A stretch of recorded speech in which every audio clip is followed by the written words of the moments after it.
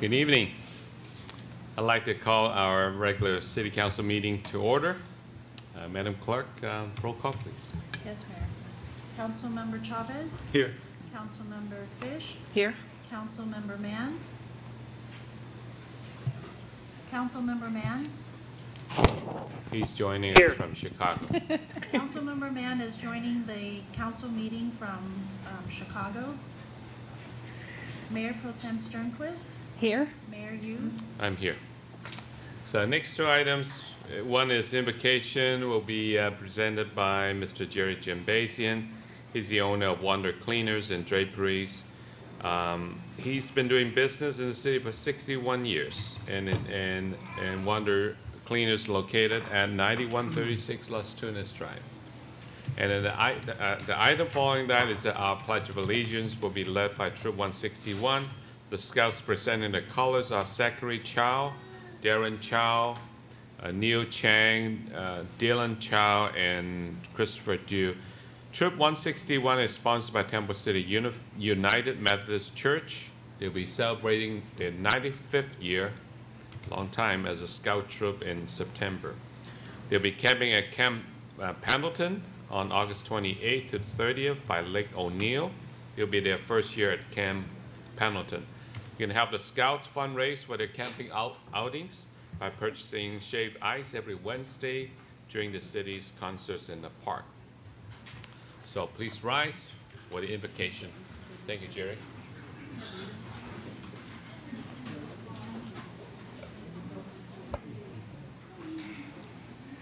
Please join me in prayer. Dear wise and loving Father, thank you on behalf of all who are gathered here tonight. Thank you for your many and abundant blessings. Thank you for life itself, for the measure of health we need to fulfill our callings, for subsistence, and especially for friendships.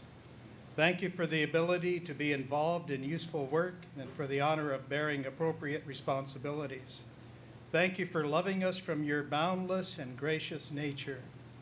In the scriptures, you have said that citizens ought to obey the governing authorities, since you have established those very authorities to promote peace and order and justice. Therefore, I pray for our mayor, for the various city levels of city officials, and in particular for this assembled council. I'm asking that you would graciously grant them wisdom to govern amid the conflicting interests and issues of our times, a sense of the welfare and true needs of our people, a keen thirst for justice, righteousness, and transparency, confidence in what is good and fitting, and the ability to work together in harmony even when there is honest disagreement, personal peace in their lives, and joy in the tasks set before them. I pray for the agenda set before them tonight. Please give them the assurance of what would please you and what would benefit those who live and work in and around our beloved city of Temple City. I end my prayer tonight asking you, dear Father, to build a hedge of protection around those who protect, serve, and defend us, our sheriffs, firefighters, and our armed services throughout the world. In your most blessed name I pray. Amen. Amen. Please remain standing for the Pledge of Allegiance.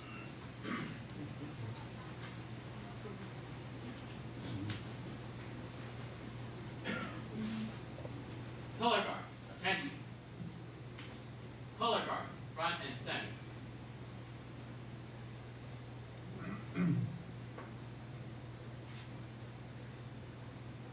Color guards, forward march.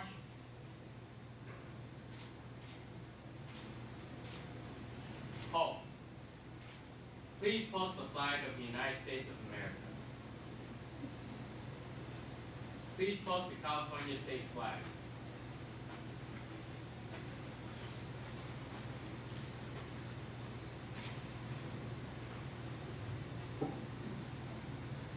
All those in uniform, please salute. All those in non-uniform, please place your right hand over your heart.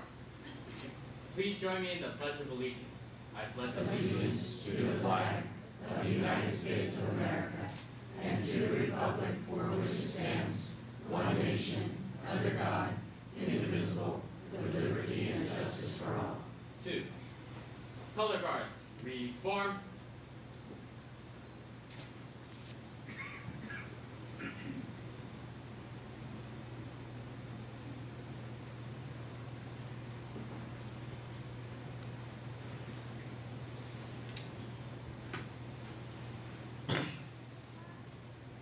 Color guards, retreat.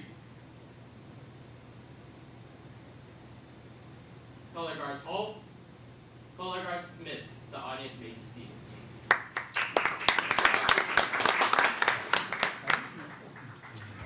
Thank you, Mr. Gymnasium, and thank you, Troop 161. Great job. Next item is a ceremonial matter. There are 3 of them tonight.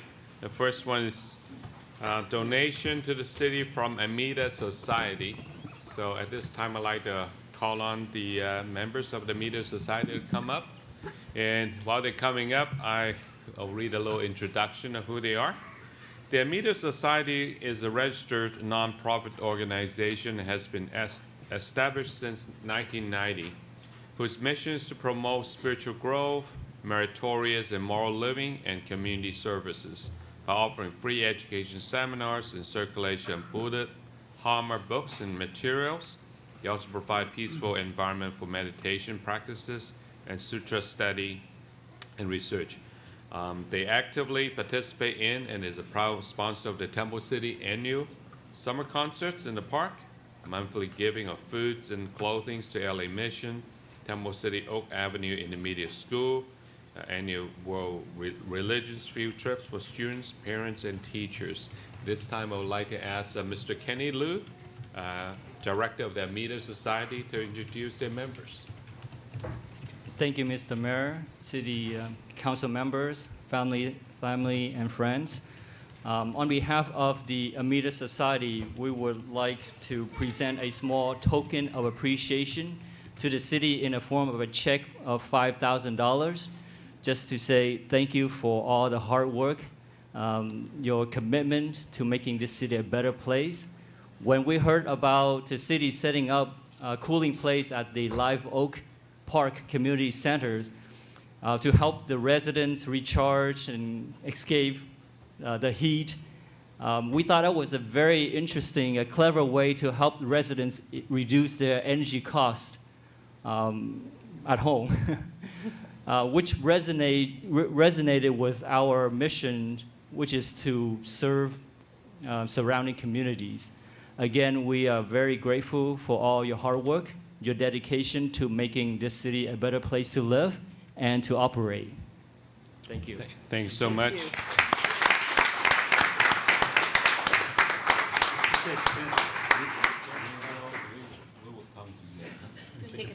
Yeah.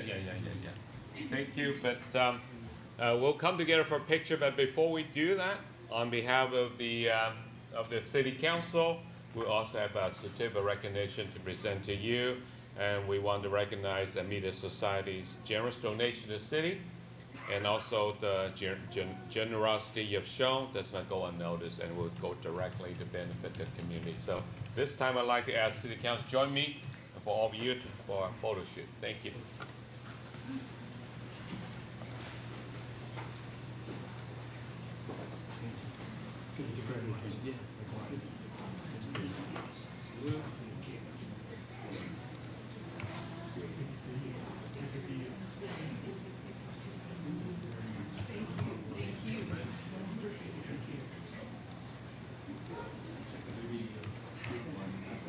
You guys can stand in front holding that. I guess I'll hold the check in the middle. Next time we'll bring a bigger check.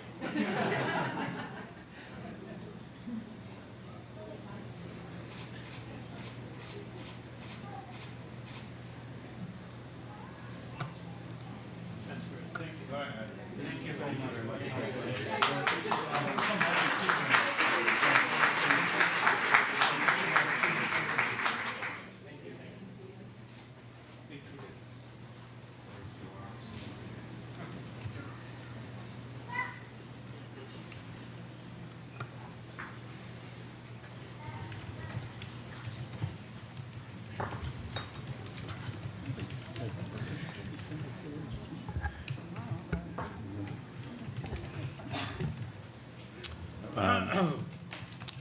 Next item is a very exciting item. Is we want to recognize our Temple City National All-Star Baseball team, as and I'd like to call on Mr. Dustin Duhamel the team managers to come up. But at this time, actually, I'd like to ask Councilmember Chavez to help me recognize and introduce them. Well, Mayor, I'd be glad to. It's my honor and privilege to introduce a very special group of young men. Just to give you a little idea of what has occurred in our city. In June, 562 teams, or all-star teams from Southern California, started all-star competition in the 8 to 10-year-old bracket. On July 31st, as you can see with their flags as they're coming in, our very own Temple City National Little League, which plays over at Longden, which we renamed Al Milham Park, of course, made history. They were the last team standing. They've won the 8 to 10-year-old baseball state championship.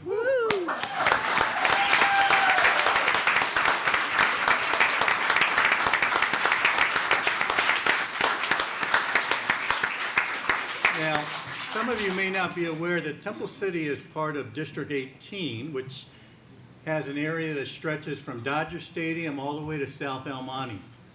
And this is the first time in its history that a baseball team has won a state championship at any level, 12 years and younger. Now, those of you who may watch TV on ESPN, you see the Williamsport Little League, which is going to be starting this week. That's the 11 and 12-year-olds. Those are the little older boys. But this is our 8 to 10, which goes to the state level. Now, as you know, the game of baseball always is tied up in statistics. So I just want to share with you a few statistics. I'll be brief. These young men finished the All-Star season 12 and 0. They did not lose a game.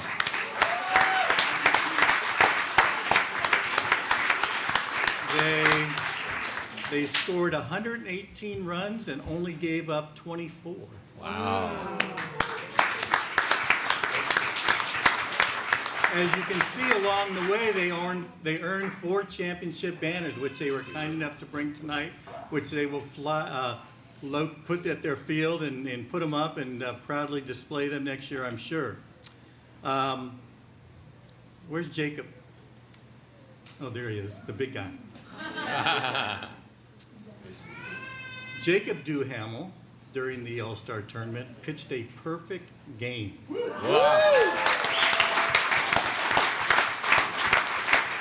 Now, those of you who are not familiar with what a perfect game is, that means he retired every batter that he faced.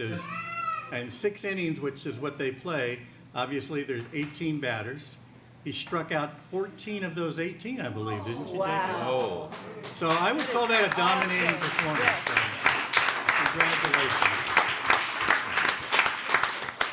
But of course, it's a team game, and they all contributed.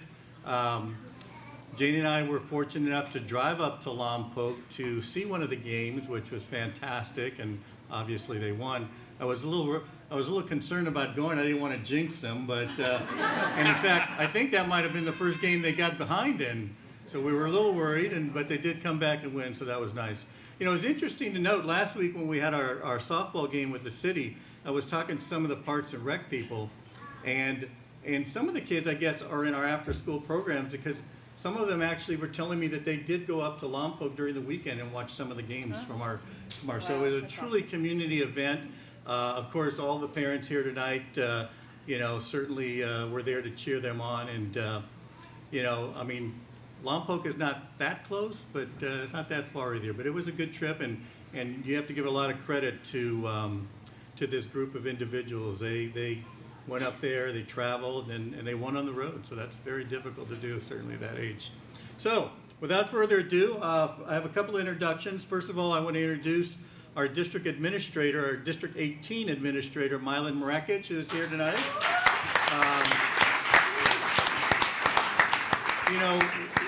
We as a city don't realize, but we're very fortunate to have Mylan as our district administrator.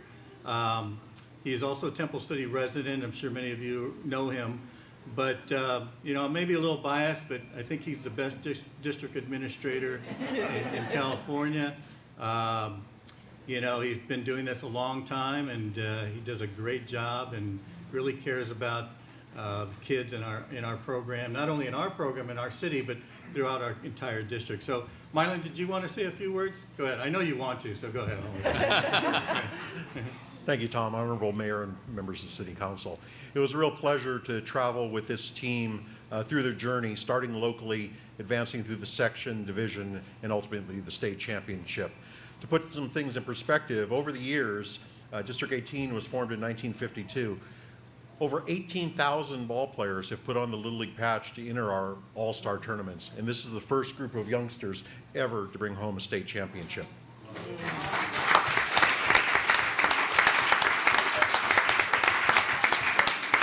The City Council and the city should also be very proud of these youngsters, because I've traveled with a lot of ball clubs. I've been in Little League Baseball administration for 39 years. They exemplified sportsmanship, dignity, and were professionals, and were extreme gentlemen every place we went. And we took a large group to every breakfast, lunch, and dinner we went to, and we were on the road for 7 days. So they really represented Temple City well, and everybody in this community should be very proud of them. Thank you. Thank you very much. Now, before we actually introduce the coaches, managers, and the players, I want to give a big shout out to the parents, because of course none of this would happen without your help, your support. You know, many of the parents traveled up there. They were all there. They stayed a week up in Lompoc. I mean, you should get an award just for that, I guess. I mean, Lompoc's a nice city, but it's, you know, it's a ways to go, and you know, they had to put their lives on hold, and so I think they deserve a big hand as well. Let's give a big hand to the parents.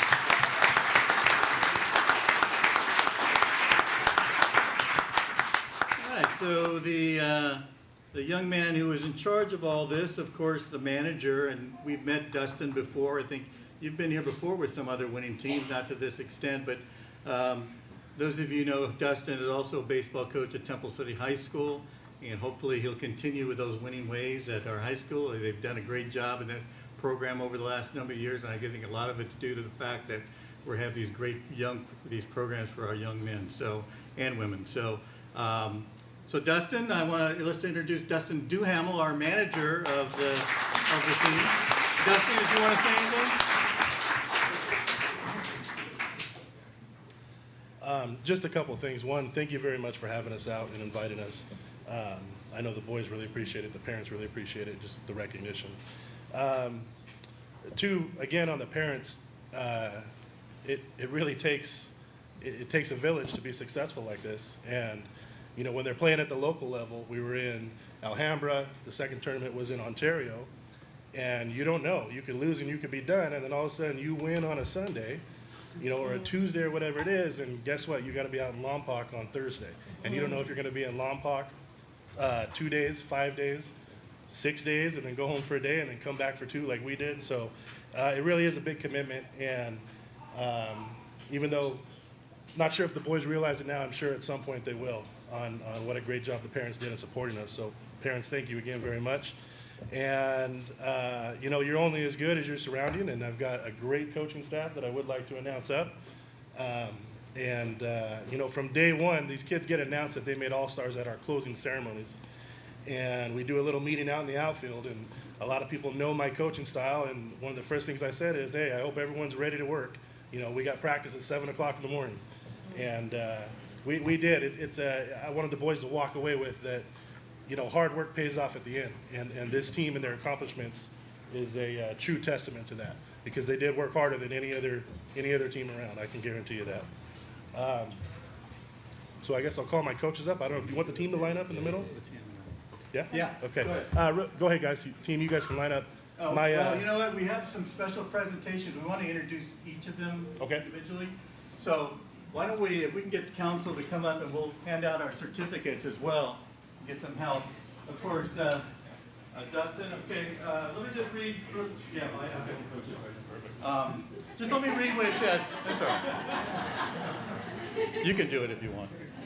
All right, so in recognition, we want to commend you for the leadership and commitment you've displayed in the accomplishments you've achieved at California's District 18 Champions California Section 3 champions, State Subdivision 3 North champions, and of course, the 2016 state champions.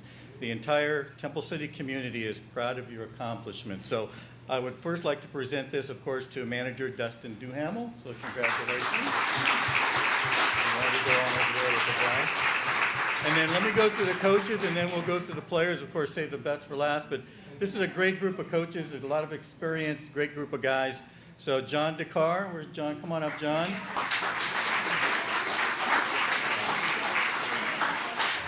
Peter Ruiz, Peter.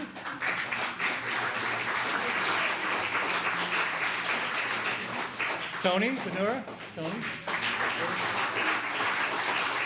And Xavier Corral.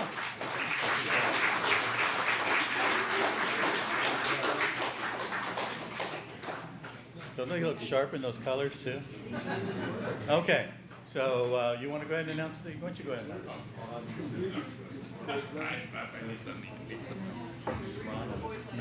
Okay. So council member Chavez coaching me on the names over here, so I hope I get them right. First, I'll call you up one by one. Alexander Membreno.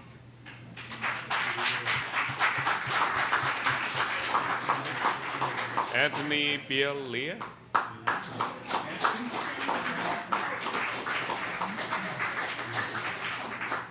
We should have done it in the batting lineup order. That's what they used to.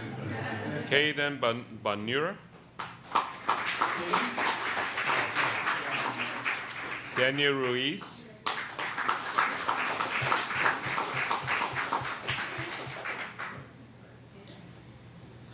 Dale Jones.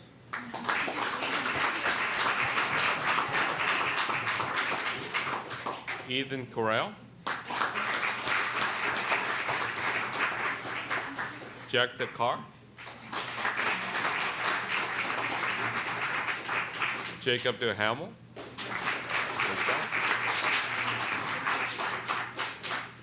Max DiMontino. Nash Castillo. Oh, okay. Nathan Manna. Ryland Hewson. Valentino Gomez.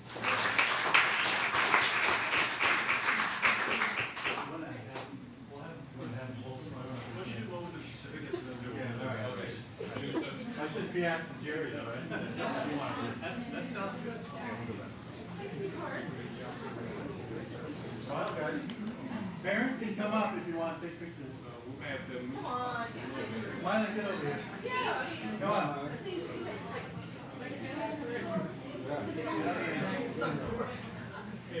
Too big?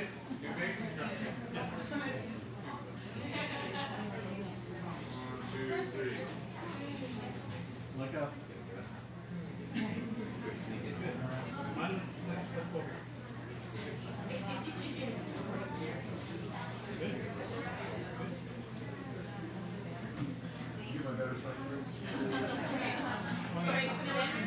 You know what? Maybe if we just get the state banner. Yeah, maybe. Yeah, just the state banner. You have the state banner? Yeah, just hold up the back. Hold that up behind.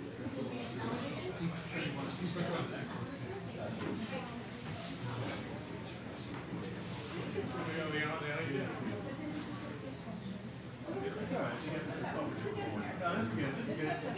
I think this is good. Just for the one. You can put your. There you go.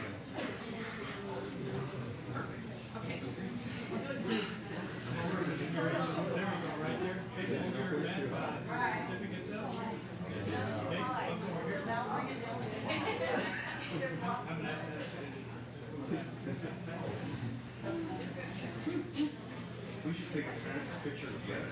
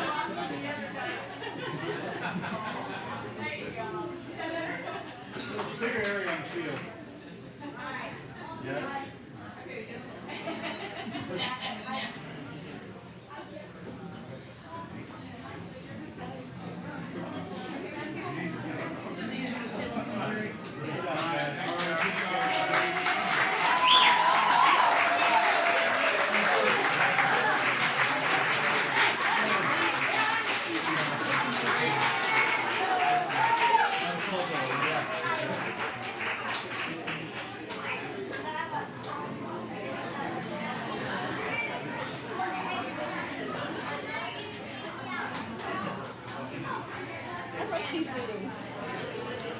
I like the meetings where there's no work, but there's pictures. Oh, it's so cute. You have to put it on Facebook so I can see it. Well, thank you, Councilmember Chavez. You're welcome. Great job. You want to take the rest of the meeting? Yeah, no, that's okay. Okay, while they are, I'll give them a minute to get out first.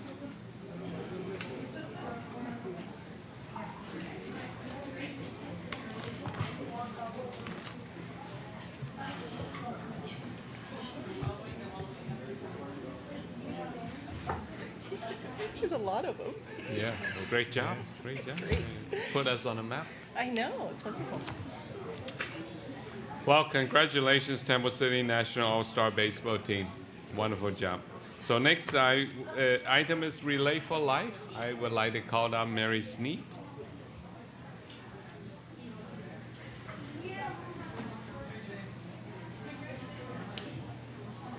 Mayor, you and city council people, that's a hard act to follow. Yeah. I was really proud because some of those are my students, so Yeah, I was gonna say, Good job, guys. I'm sure you knew many of them. many. Yes. We wanted to thank you for adding us to your agenda tonight. And on behalf of our 32 committee members, the 285 participants, and all of our survivors, we wanted to thank you for the support of the City of Temple City has given us for the Relay for Life of Temple City.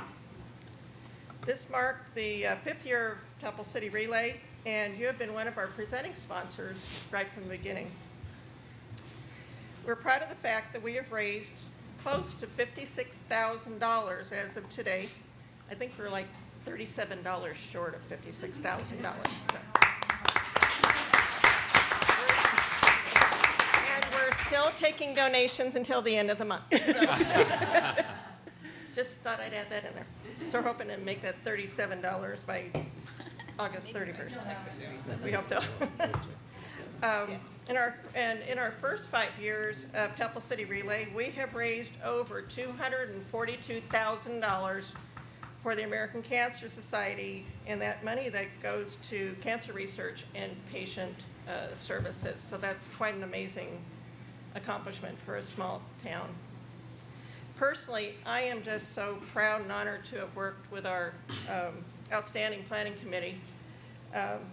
They're just the greatest workers around, and they're the reason that this year's relay was such a success. I would like any of our committee members in the audience to please stand up so they can be acknowledged. This is just a few, but these are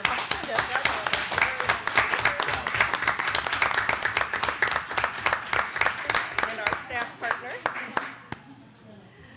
And at this time, we'd like to present you with a plaque to recognize your support of the Relay for Life of Temple City, and to thank you again for your support and everything that the city has provided for us for the last 5 years, and we hope as we go forward that we'll continue to have that relationship with Temple City as we continue the work against cancer. Thank you, Thank you Mary. very much. I'd like the council to join me to receive it. And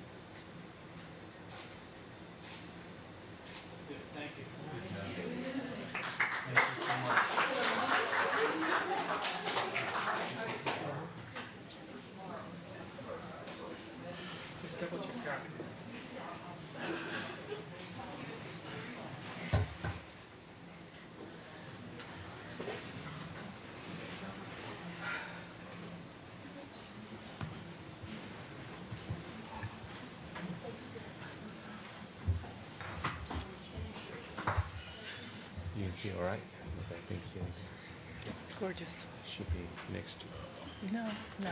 Can I say a few words? Is William yes. still on the phone? I just wanted to say a few words about this group of volunteers.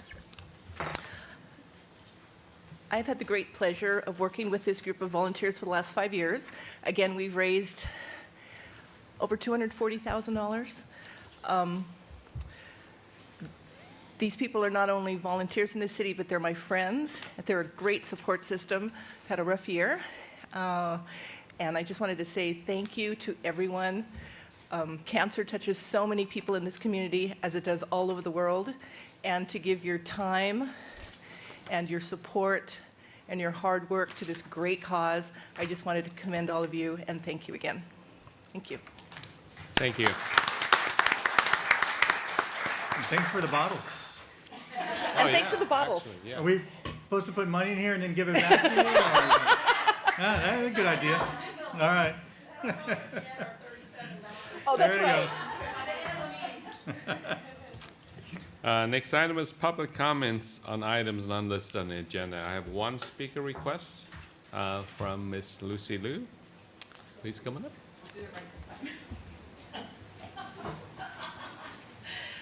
Good evening, Mayor, council members, city staff. I have 2 items that I want to let everybody know about. First of all is this coming Thursday is the Area 8 Neighborhood Watch meeting that's taking place from 5:30 to 7:30 at the Golden West Baptist Church. City offers free dinner if you come learn about fire safety and also the crime trends. We've had quite a few residential burglaries. This is mainly done by people from outside of the city. Sheriffs are working on it, but if you come and just learn about how to keep you, your family, and your vehicle safe. So that's this Thursday night, 5:30 to 7:30 at the Golden West Baptist Church. That's open to all residents of the city. The second thing is on September 10th, Temple City, we're very fortunate to have a station in Temple City of the LASD, the Los Angeles County Sheriffs. They're celebrating their 90th anniversary, and on September 10th, they will be holding an open house from 10 a.m. to 2 p.m. There will be booths for Neighborhood Watch and also for CERT. We'll be doing station tours. So, it's open to the public. I have some flyers that I'm going to leave in that agenda box in the back. So if you want to take one, please feel free to. Or if you go to the Temple Station website, there's information on the website about this as well. And again, it's everybody is welcome to attend. Can I ask Lucy a question? Yeah, please. Lucy, while you're up here, I've been meaning to ask, when I've seen you come up in the past, you're our ambassador for the Red Cross in Yes. Liaison to our city. I was wondering, are they doing anything to continue the efforts with, awareness for earthquake safety? Yes, as a matter of fact, we had, for National Night Out for earlier this month, we requested a booth for a presence for from Red Cross, but because of the multiple fires that have been going on, resources have been tight, volunteers have been dispatched all over the state and country. What we did was, because I do Neighborhood Watch and I am still the ambassador, I had information packets in my booth that I was dispersing to residents, non-residents, everybody basically that was just passing by. So we are still working very heavily on preparedness education, and wherever we can get volunteers to come man a booth, we try. But again, resources are very tight because of all the disasters that we've been facing. I was wondering, I remember that up in Pasadena at the City Hall, they had a kind of a citywide CPR training that they did, and there must have been 300 or 400 people there. Nan and I went and partook in that event. Are they having any more of those? Do you know? Or I think that has to be requested by the city of Pasadena. okay. I do know our CERT program manager, our public safety supervisor, Brian, he is Red Cross certified to give CPR trainings. Our CERT team has been, the majority of our CERT team members have been trained. So that's something that, I think he has to do at least several trainings to keep his license or his certification. And that's something that actually we've been talking about to get other, maybe the school staff, I don't know about the school district, but we can open up that training if, the city still supports it, because we do have the resources, and it'd be great. Okay, well, thank you. Sure. Thanks so much. Thank you. Next, I'd like to call Ms. Maria Garcia. She wanted to speak on English signage.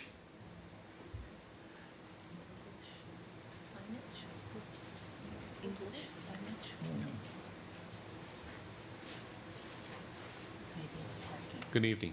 Good evening, Honorable Mayor and council members. Sorry the baseball team left, wanted them to cheer.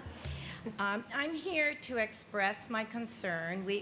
My husband and I have been living in the city for over 40 years, and I'm here to express concern about the signage that's been going up on different businesses.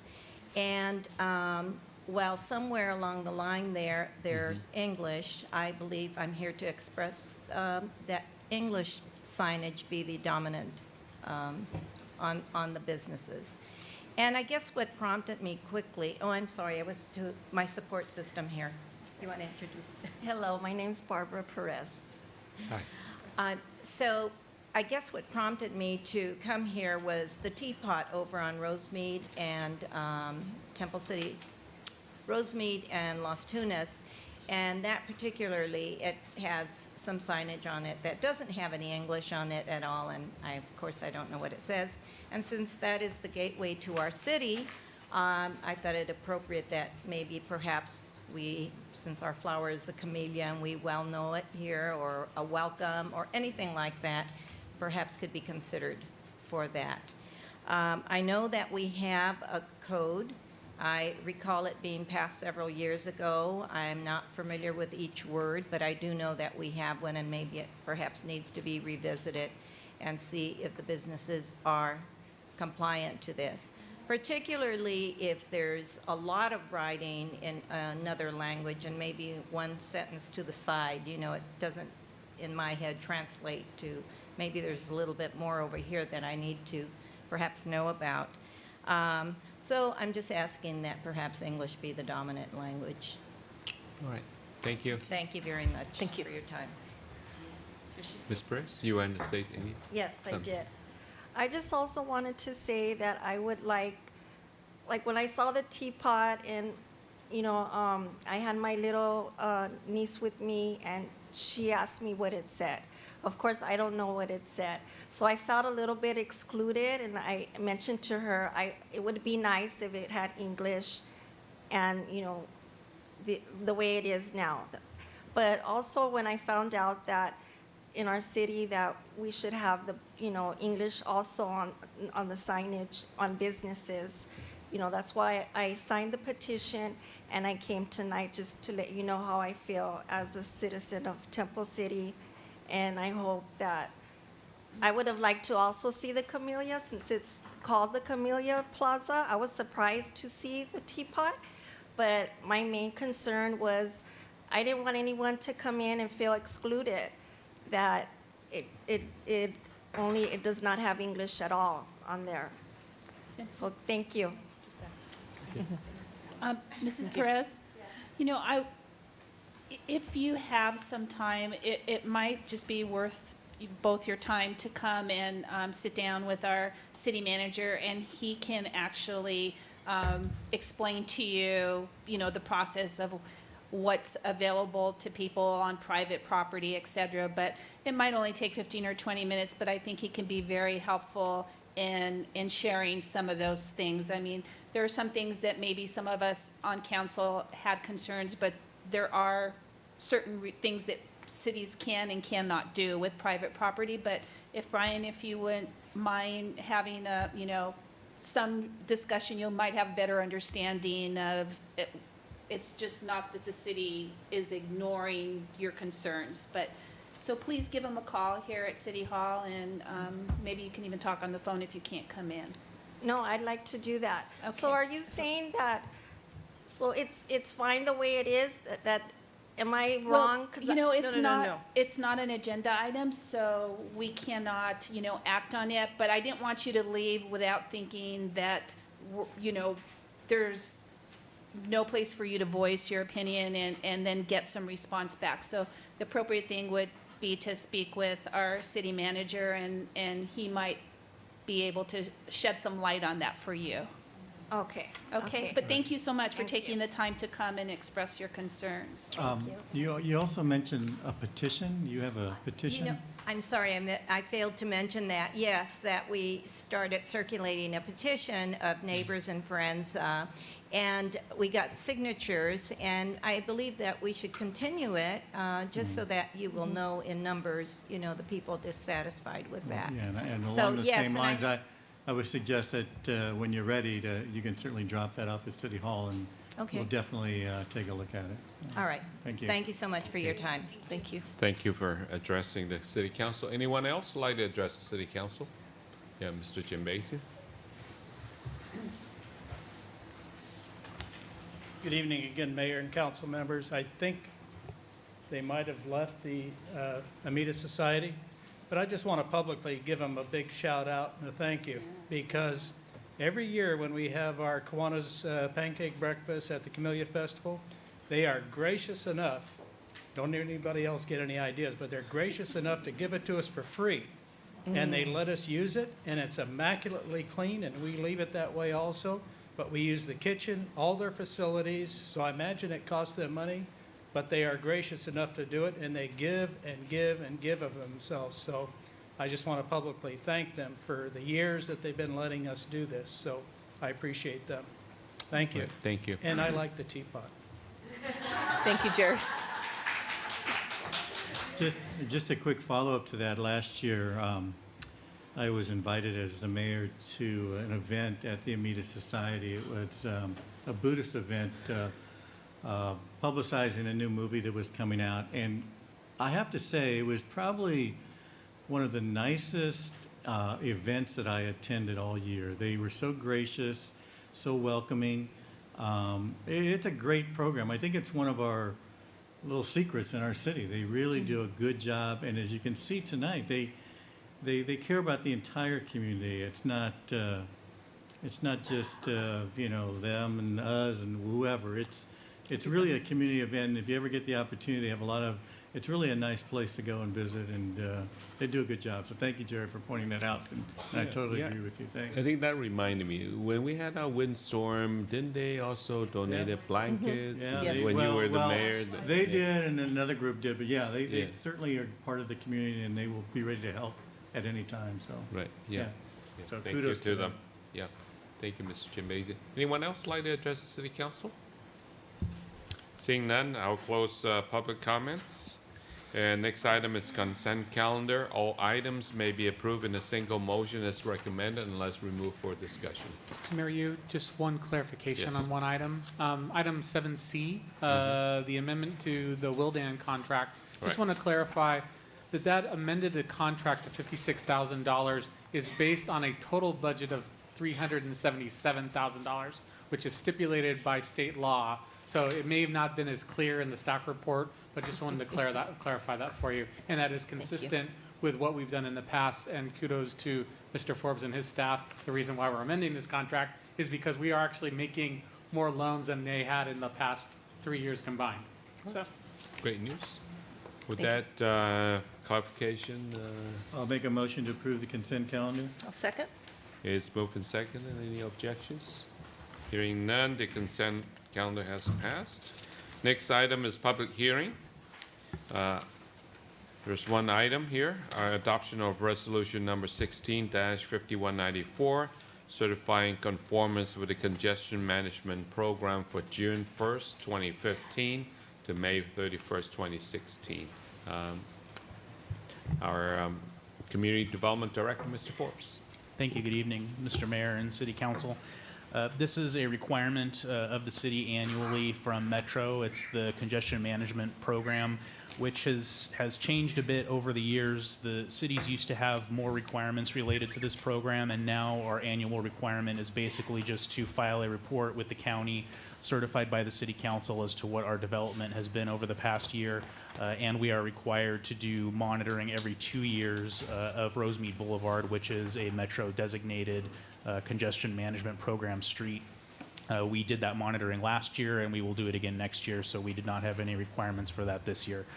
So the council this evening is just being asked to adopt a resolution certifying what's called the local development report, which is just our accounting of how many residential units and how much commercial square feet we have built and demolished over the past year. And those numbers are, we had 46 new single-family homes, and those were all replacements of existing homes. And we had 56 new multifamily units built over the past year. We did not have any new commercial square footage, even though Camellia Square was under construction, but the permits for that were issued during the prior year, so it was accounted for during the prior year. So I'm happy to answer any questions from the council. Any questions for Mr. Forbes? At this time, I'd like to open for public hearing. Anybody who would like to speak on this item? Seeing none, I'll close public hearing. And any council comments? If not, I'm ready for a motion. I'll motion. I'd like to motion for the resolution 165194, certifying conformance with the congestion management program for June 1st, 2015 to May 31st, 2016. Second. It's moved and seconded. Madam Clerk, roll call, please. Yes. Councilmember Chavez? Yes. Councilmember Fish? Yes. Councilmember Mann? Yes. Mayor Pro Tem Sternquist? Yes. We woke him up. Yes. We just woke him up, I think. Good thing we're not talking about him, huh? Yeah. So, anyway, this item has passed. Next item is item 9, unfinished business. There is none. And next item is new business. There are a number of items here. Item 10A is award of contract to Green Giant Landscape, Inc. for the Temple City Veterans Memorial Project. Our CIP number is P16-02. Parks and Recreation Director, Ms. Burrows. Thank you. Good evening, Mayor Yu and council members. As indicated, the item before you tonight is consideration of award of contract to Green Giant Landscape for construction of a Veterans Memorial in Temple City Park. A brief background, a couple years ago in July of 2013, the City Council adopted Resolution 13-4931, electing to become subject to the Uniform Public Construction Cost Accounting Act. The following month in August, the council adopted Ordinance 13-977, which identified the bidding process for public works projects pursuant to the act. Real quickly, the Uniform Public Construction Cost Accounting Act provides a set of procedures which are more closely tailored to smaller projects that Temple City normally does, and still allows equity among contractors through the bidding process. In particular, the act allows for the following. For public works projects valued up to $45,000, the city can use its own employees or serve as its own general contractor. No bidding is required. For public works projects valued up to $175,000, the city can use an informal bidding procedure, which requires the city to maintain a list of contractors by category of work and send notices to those contractors on the list, as well as listed trade journals, or both, one or the other, or both. And for public works projects valued over $175,000, the city must use formal bidding procedures, which require publication in a newspaper of general circulation and as well as the trade journals. In regards to the Veterans Project, in February of this year, 2016, the City Council approved the preliminary design for a Veterans Monument in Temple City Park and allocated $130,000 for design and construction. RHA Landscape Architects Planners, Inc. was awarded a design professional agreement for the design and contract documents and construction administration in April of 2016. RHA completed the plans in June of 2016, and the City Council approved the plans and authorized staff to bid the project on July 5th. The estimate of probable costs from RHA was just over $122,000, which included a 10% contingency. Based on the estimate from RHA, staff followed the informal bidding procedures for the projects between $45,000 and $175,000. So to that end, a bid notice was sent to the 6 plan rooms that were required by the act. as well as 6 contractors that had applied to be on the city's list of qualified bidders that held the proper license for this project. We also published a notice in the Temple City Tribune, even though it was not required for the informal bidding process. We allowed 18 days, a shortened bid process for this project. 3 bids were received by the published deadline, all of them significantly over the architect's estimate.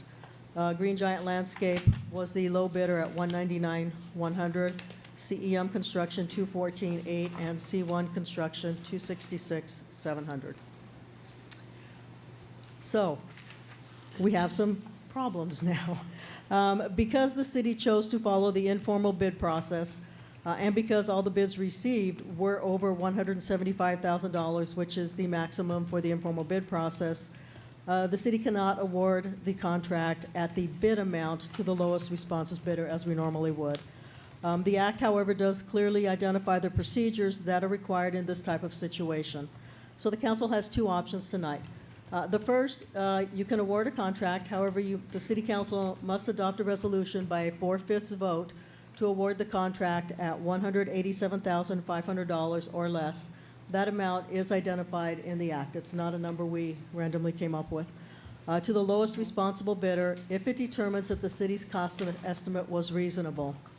To meet these requirements, city staff did a couple things. First, we asked the city engineer to do an independent analysis of the landscape of RHA's estimate of probable cost. They had a landscape architect look at the construction documents and the plans, and he felt that the cost was reasonable. He felt the contract documents were very complete, and the majority of the line items amounts were reasonable.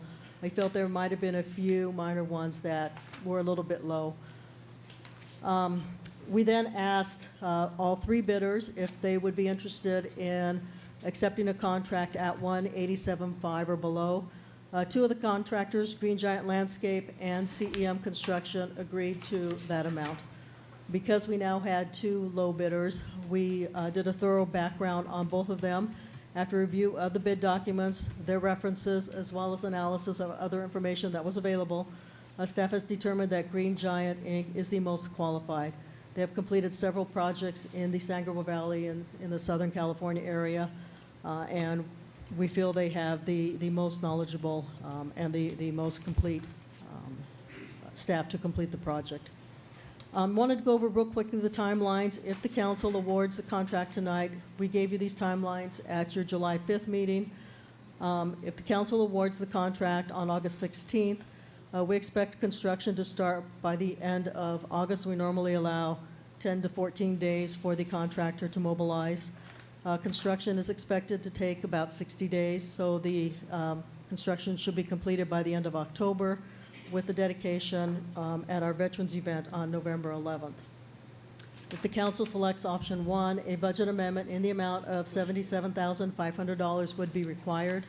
This project is currently funded with our park acquisition funds, and we do have sufficient park acquisition funds available at this time for the budget amendment. Director Burrows, when you say funds is available, is that so this year's budget will have to? Does that mean we need to pull Yes. money from anywhere else? If we take out the $130,000 that was appropriated out of Right. park acquisition funds, we carried over about 120 of that to fiscal year 16-17. We Right. still have about, I believe it's about 130,000 park acquisition funds available after the 120 is taken out. So we would be left with a balance of about $50,000 in our park acquisition at the end of the project. Okay. Thanks. The second option the city council has, and we have done this before, is to reject all bids and rebid the project using the formal bid process. We would provide a minimum of 30 days for submittal of bids through this process, and would also consider bidding it with additive alternates to try and reduce the cost. It's unknown at this time if the bids would go down, if we would get any more bids or not. One of the reasons, and probably the primary reason that the bids were high, and this was confirmed by Transtech's landscape architect, is because we bid it in the summer when contractors, in particular those that work on public projects, are the busiest with school projects being constructed right now. So we may get lower prices, we may not, we don't know at this point. If we decided to go this route, and the council rejects the bids tonight, we would attempt to get a new bid notice published with the landscape architect would need to revise the bid documents, in particular if we're going to do add alternates. So we would attempt to get a bid notice published by August 25th. We would keep the bidding open for 33 days, August 25th through September 27th. We would have bid opening on the 27th and be bringing a contract to council to award a contract on October 18th. Again, allowing 10 days to 2 weeks for mobilization. We expect to start construction around November 1st and conclude by the end of the year. Director Burrows, a quick question here. If we were to go back to rebid, we're not necessarily reaching out to any more people because in you previously, when you did your informal, you did send it to 6 plan rooms. And granted, you reach out to 6 contractors and qualified bidders list, but you in essence, when you do formal bidding, you're still reaching out to the same crowd. We would follow the same process. We would publish the bid notice in the Temple City Tribune as we did. We would send it to the same plan rooms again, and we would also, in addition, send it to the contractors that were on our list. We would also send it to the 3 contractors that bid this project as well, just letting them know that we're rebidding. By allowing more days, 30 days, over 30 days instead of the 15 or 19 we had, might bring in more bidders if they had more time to thoroughly look at the plans. The other thing we would do if we did rebid the project that we did not do last time is we would have a mandatory pre-bid meeting to discuss with the contractors exactly what the project entailed. And we think some of the bids were high because they weren't very familiar with, in particular, the park and what the project actually entailed. It's a very small project, which is another problem. The smaller projects often are not as cost-effective in your unit prices because it is very small. There's not as much room for profit. But we would, yes, we would still follow the same process that we did before. So would we reach any more? Probably not. Okay. Thank I have a quick question. Is there any particular reason why the 3 bids were so much more than the architect's estimate? I mean, and to me that tells me whether or not we have a chance of getting, if we do rebid, are we going to get smaller amounts or lesser amounts? I mean, is the architect, I mean, who missed the boat there? Did the, Yeah. Well, you know, something happened.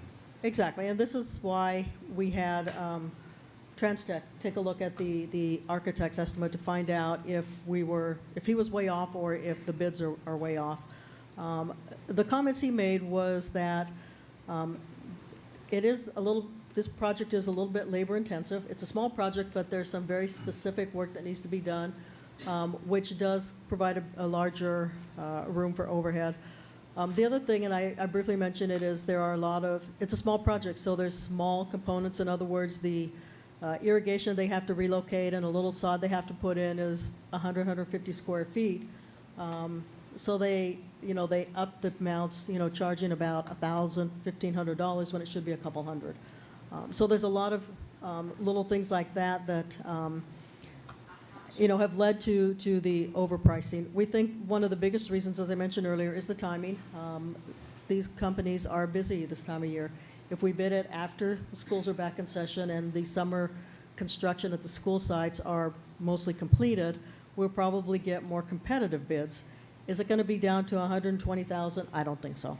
I don't think it's that. I think it's going to be above that. Does Transtech believe that the 175, 187 is a truer, I guess, amount than the original estimate that the architect gave us? I mean, well, that's a big gap. They have said that the comments that were made was that, first of all, they believe that the plans are complete and thorough, which also, because the plans are very complete and thorough, it doesn't leave any room for question, where sometimes contractors will use vague plans to mark up a little bit and hope they make up in change orders. His exact words were found most all of the unit prices reasonable except for a scant few.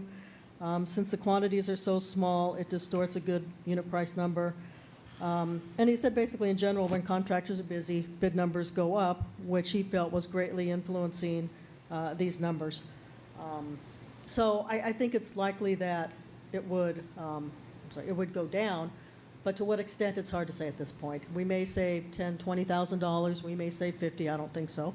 And so the issue tonight is, you know, do we put it off and try and get better numbers, which may or may not happen, or do we move forward knowing that it's probably, we're probably paying more than we should be for the project?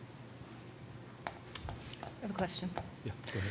Kathy, with these three estimates, is it normal to have sometimes a $50,000 or $60,000 difference? I will tell you, this one and the walking path project were both very similar in that the bids were all over the place, and there was a large difference between all the bids, both the first time we bid the walking path as well as the second time.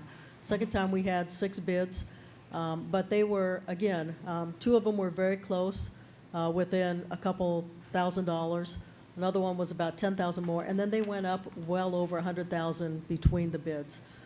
And I think, you know, it's just, you know, right now, the nature is that construction is, contractors are making the money right now. And we've seen this in a lot of different projects in not only Temple City, but other cities that bids are coming in higher, and they're kind of all over the place.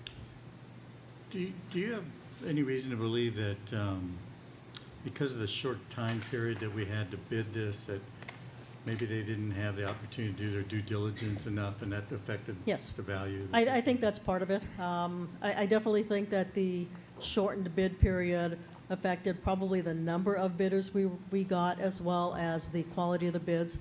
And I talked to a couple of them that had questions the day before the bid was due. And so I think that's definitely a probability. We also talked to a couple contractors that did not submit bids, even though they did call with questions. I should mention that we did issue 4 addendum from questions that were raised by one or another contractor. Director Burrows. Typically, we rebid if certain things were not materially changed. I don't know if you're gonna get a lot of, I mean, when you rebid, the new bidder is gonna look at the old bid result. They know where the bottom line is, and they would try to beat that by just a little bit. So you're not gonna get a whole lot of, unless you start changing the plan. So, so my next question is that, have you discussed, was there anything that we can do to value engineer? I mean, since the estimate has already been validated by TransTech, so I mean, the next thing you can do is actually make some changes without affecting too much of quality. And those are the things that, Mayor, that I have discussed with the architect. Right. If the council awards a contract tonight, we will still work with the contractor to do value engineering, as you mentioned, and see if there's some areas, because we can do that as long as it's not more than, I believe it's 25% of the contract amount. We can reduce the scope of the work. We don't want to take anything away from the design or from the beauty of the monument, but there are some things that we feel we can maybe change a little bit to bring the price down.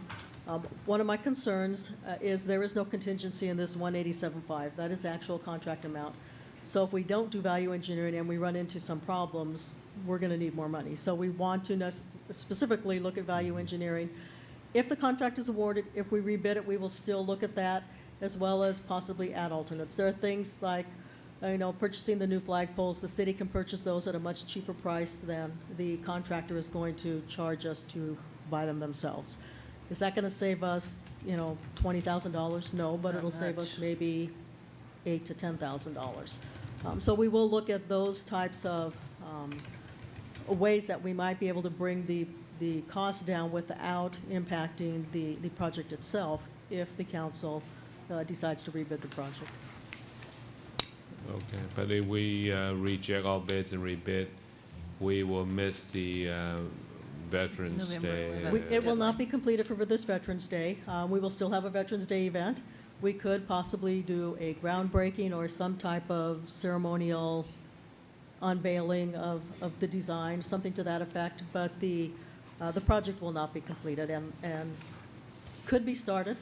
It could be just started or just beginning to start, but it will not be completed.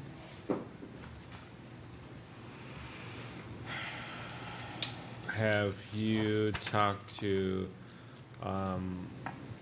Green Giant to see how comfortable they are in making the schedule, even though on paper it's actually, it will meet the Veterans Celebration, but we're cutting pretty close. I did, and Really close. one of my concerns was they are currently in the midst of wrapping up a project in the city of Rosemead, Right. renovating one of their parks. And so I specifically asked him, if the council awards a contract, do you have the resources to mobilize and start the project, first of all, within 10 days, and then complete it within the 60-day period? And he said, absolutely yes. Now, I have never worked with them before. Would you expect them to say anything other than that? I wouldn't. No, they want the job. Okay. And honestly, 60 days is probably a little conservative. It should not take that long for this project. Again, it's a very small project. However, as we've discovered with other projects, things happen sometimes. So we want to allow a sufficient amount of time. The 60 days gets us to the end of October, so we still have a week or two, cutting it close. And we knew, and this is why we really rushed to get this item on your agenda tonight, so we can have a decision one way or the other. If we had to wait until September to award a contract, we probably would not have made November 11th. All right. I have a question. Kathy, looking at the history of this company, I noticed that they've done a lot of public works for other cities. Have we or can we contact them to know if We we're- have. if they're? We have, they had. That they're in good standing Good and- references, we didn't hear any complaints from anyone. We obviously didn't contact all the cities, but. Right. Do you know if they we did finished their contact- projects on time? Yes. Okay. Any other questions from City Council? Okay, if not, I'll open for public comments. Anyone like to address the council? Seeing none, close public comments. Any other council comments? Discussion, Well, I have a Go ahead. okay? You know, this is really hard because I think all of us want it to be done by November 11th. I think we really missed the boat with this estimate. I think it's way off. I'm still not really sure who did it. Especially with these numbers down here, $51 for weed abatement, and then goes all the way up to $5,000. I don't understand it. But looking at all of the bids from the three companies, I would say we're probably not going to get a better price. We may get a few $1,000 less, 10,000 maybe, 15,000. I don't think we're ever going to get down to 122. Now that we're actually looking at this and how much each individual thing costs.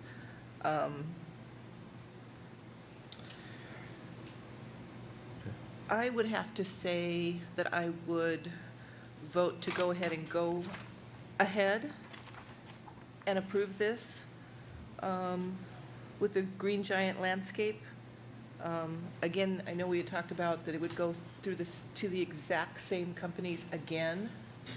And again, with our analysis, I don't think we can even go by this at all because it's not consistent. Even when you look at it, it's not consistent with, even in the categories. Some are high, some are low. It's all over the place. So yeah, so I would go ahead and go with Green Giant. That is such a funny name, Green Giant Landscape. I know. Sorry, it's just funny saying it. I keep looking at it to make sure I'm saying it right. All right, Councilmember Chavez. Thank you. Well, I have a few concerns, and when going over the report, I was going back and forth. I think good arguments could be made on both sides. Right. My concern, one of the concerns I have is that, of course, are we paying too much? I know we've discussed that tonight, and we've gotten estimates, well, maybe we could save 10 or 20, but we're not going to save 50.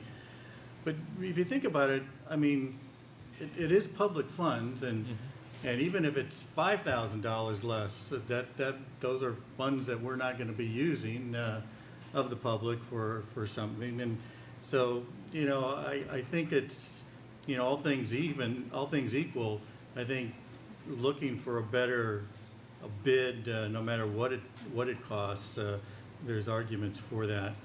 I'm concerned about the time schedule. I know that the contractor has said that they will be finishing it, and my experience with contractors, both on the city level and as an attorney, I find that I have never run into a contractor that had said that they could finish a job on time, and then it doesn't. And I just have, in our own recent history, I can point out walking path at Live Oak Park. I hate to bring that up, but that has taken twice as long as we originally thought it was going to take. So I have a little concern there. So, I guess that ties into my last, and that is, are we rushing the process? I can understand, and I understand that it'd be nice to have it for Veterans Day on November 11th. There's no question we've gone too long without something formal, and I know that we started the discussion last year, even after we had the Veterans Day Memorial, which actually I thought went fairly well, considering we didn't have this memorial. And if we have one again this year, I'm sure it'll be nice. And I just hate to rush into it and all of a sudden we get to Veterans Day and it's not complete, and maybe we're a week or two away. I don't know. That, to me, that just would say, well, why did we go through the rush? But I don't know. I'd like to hear what other people say before I make up my mind, I Okay. guess. Thank you. Mayor Pro Tem Sternquist. Do you want to do William? Oh, yes, I Forgot forgot. about He's in William. Chicago. Before he goes to Yeah. take a nap? Yeah. Councilmember Men. Hello. Hello, wake up. Councilmember Mann? Hello? Yes, hang on one second. Technology today. Oh, Councilmember Men. hello? Hello. Your comments, please. Yeah, the connection here is a bit shoddy, so. Please go ahead with your comments. Hear it. Can you hear me? Looking at projects that we've done recently, as well as public works projects in general, I'm not sure if we'll be able to get it in time by the Veterans Day celebration. So, I guess one of the questions I had was, is there any sort of condition on the contract for, if the project's not completed by a certain time, that the contractor is penalized or something along the lines of that? Yes, there are liquidated damages of a $1,000 a day if they go past the deadline without the city's approval ahead of time. And the I see. deadline is November 11th, or what is the deadline? Well, it would be 60 days from the date the notice to proceed is issued. Okay. Yeah, my concern is it feels like we're kind of rushing this, but I guess if there is a contingency on there, then I would be okay with moving forward with staff's recommendation for Green Giant. All right, thank you. Mayor Pro Tem Sternquist. Well, I also had the time and contingency note that I put, and I appreciate that concern from Mr. Mann. If we had that contingency in place, then I'm more comfortable with moving forward. I was a little bit uncomfortable when you shared, Kathy, that we're paying more than we should, because then I go back to what Tom said, that it is public funds and we have to be good stewards of those monies. But, having built my own home, the architect gave me an estimate. It landed up being a lot more when the contractor finally signed on the bottom line. So, I mean, even if you kind of said there's a margin of error and let's meet somewhere in the middle, you're looking at probably about, what, 150 or so. So the other 37,000, could that be, like you said, you know, say $15,000 on the city purchasing their own poles? I mean, I don't think it is out of line to the point where I'm raising an eyebrow and saying this isn't a good, you know, use of the funding that is available. So with the contingency in place, I would be willing to move forward. Okay, thank you. I think I share the same concern as Councilmember Chavez. I think we're really rushing this. However, having said that, though, the advantage of rebidding is really not that high, because we're really reaching out the same number of folks. We do know for now construction is actually, you know, in my circle too, construction is heating up, costs are going up at the same time. So holding it out longer may not actually net us any advantage. Actually, in some of my projects, we're actually running into material shortage, which we haven't seen for a number of years, but we're actually seeing material shortage in some of our projects now. Can I ask you a professional question about that? It seems to me that now that they know what we're willing to pay, do they have that much of incentive to go lower than that? That's the I other would one. think not. No, because this is kind of- public information. They will look Kind at of it. cat out the bag. You Yeah, know, it that's seems why like. I said, you know, the only way when you rebid and take advantage of that is actually to do some redesigning. So Right. you actually do some value engineer. But the job is so simple. I don't know how much you can truly value engineer. And the other part is, as you drag on, there's staff time involved. It's not like it's free. That we still have a lot of staff time involved. So as much as I am in agreement with Councilmember Chavez concerned about, we have to be very careful with public funds. And I think, in my mind, the prudent thing to do is go with staff's recommendation, but recommend to staff that we take a careful look at value engineering. Maybe we can sharpen our pencil and save some money, because we do need the money for the contingencies. So that'll be where I stand. So. Yeah, and I appreciate that, because that was my concern, and, you know, and in going back and forth with this whole thing, those are the things I was looking at. It's like, okay, if we don't go to rebid, we're gonna lose the time, of course, but also what is gonna be the gain from that?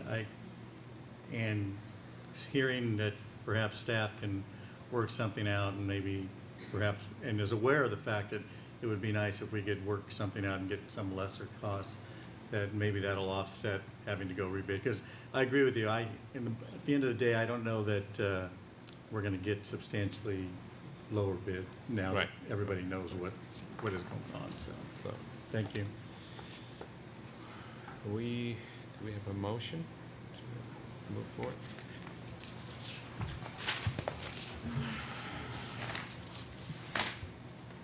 I'll make a motion to award the contract to Green Giant Landscape Incorporated for the Temple City Veterans Memorial Project, CIP number P16-02, and adopt resolution number 16-5198, awarding a public works contract to Green Giant Landscape Incorporated in the amount of $187,500 for the Temple City Veterans Memorial, and to authorize the city manager to execute the public works contract and approve a budget amendment in the amount of $77,500 from park acquisition funds. Period. Second. Okay, it's moved and seconded. Madam Clerk, Yes, Mayor. roll call, please. Councilmember Chavez? Yes. Councilmember Fish? Yes. Councilmember Mann? Yes. Mayor Pro Tem Sternquist? Yes. Mayor Yu? Yes. So this item has been approved. Stay on top of them, Kath. Yeah. Okay, next item. Item 10B is the conversion of city-owned public parking lot from all-day parking to 2-hour time-restricted parking. Community Development Director Forbes. Mayor, Director Forbes will give a brief overview Okay. of the request and some of the rationale behind the request to move to 2-hour parking, including the request from a business, but also talk about what our parking master plan its goals are and how this aligns with those goals as well. Mr. Forbes. Thank you. Good evening again. A brief background: in 2012, the city completed the downtown parking management plan, which looked at parking throughout the downtown area. There were no specific recommendations in the plan related to the lot that we're looking at this evening, but there were general discussions in the plan about the need to achieve a balance between parking for customers and parking for employees, and the general desire to have customer parking located closer to Las Tunas and employee parking located further away. The idea being that the customer turnover is higher throughout the day and you want that parking to be more convenient for the customers. This is a map showing the public parking lots in the downtown area. The yellow squares are the 2-hour restricted parking, and the blue is the all-day unrestricted parking. So you can see, at least along the south side of Las Tunas, the general pattern there is that the northern portion of lots is 2-hour, and the southern portion of lots is the 3-hour. As far back as 2012, when the study was done, and then more recently in 2015 and 2016, staff heard from businesses on Las Tunas, and in particular the owner of a Golden House restaurant near Las Tunas and Temple City Boulevard, that they believed there was not adequate customer parking, meaning 2-hour parking in that area, and that as such their customers were not finding places to park. We took in June to the Transportation and Public Safety Commission this information and suggested that they consider changing what's labeled on here as District Lot 3, so generally at the southeast corner of Temple City Boulevard in Las Tunas. Consider converting that from its current arrangement where the northern portion is 2-hour and the southern portion is all day. Consider converting that so that it's entirely 2-hour parking. This is a zoomed in view of that lot. So currently the northern 2 rows that you see here are restricted to 2-hour parking. The southern 2 rows are unrestricted all-day parking. What we have found, we've asked our parking control officers to go through there and see what they're seeing as the general parking patterns in that area. And as we had suspected, the southerly lot is generally used all day by employees. So there's not a lot of turnover in that lot throughout the day.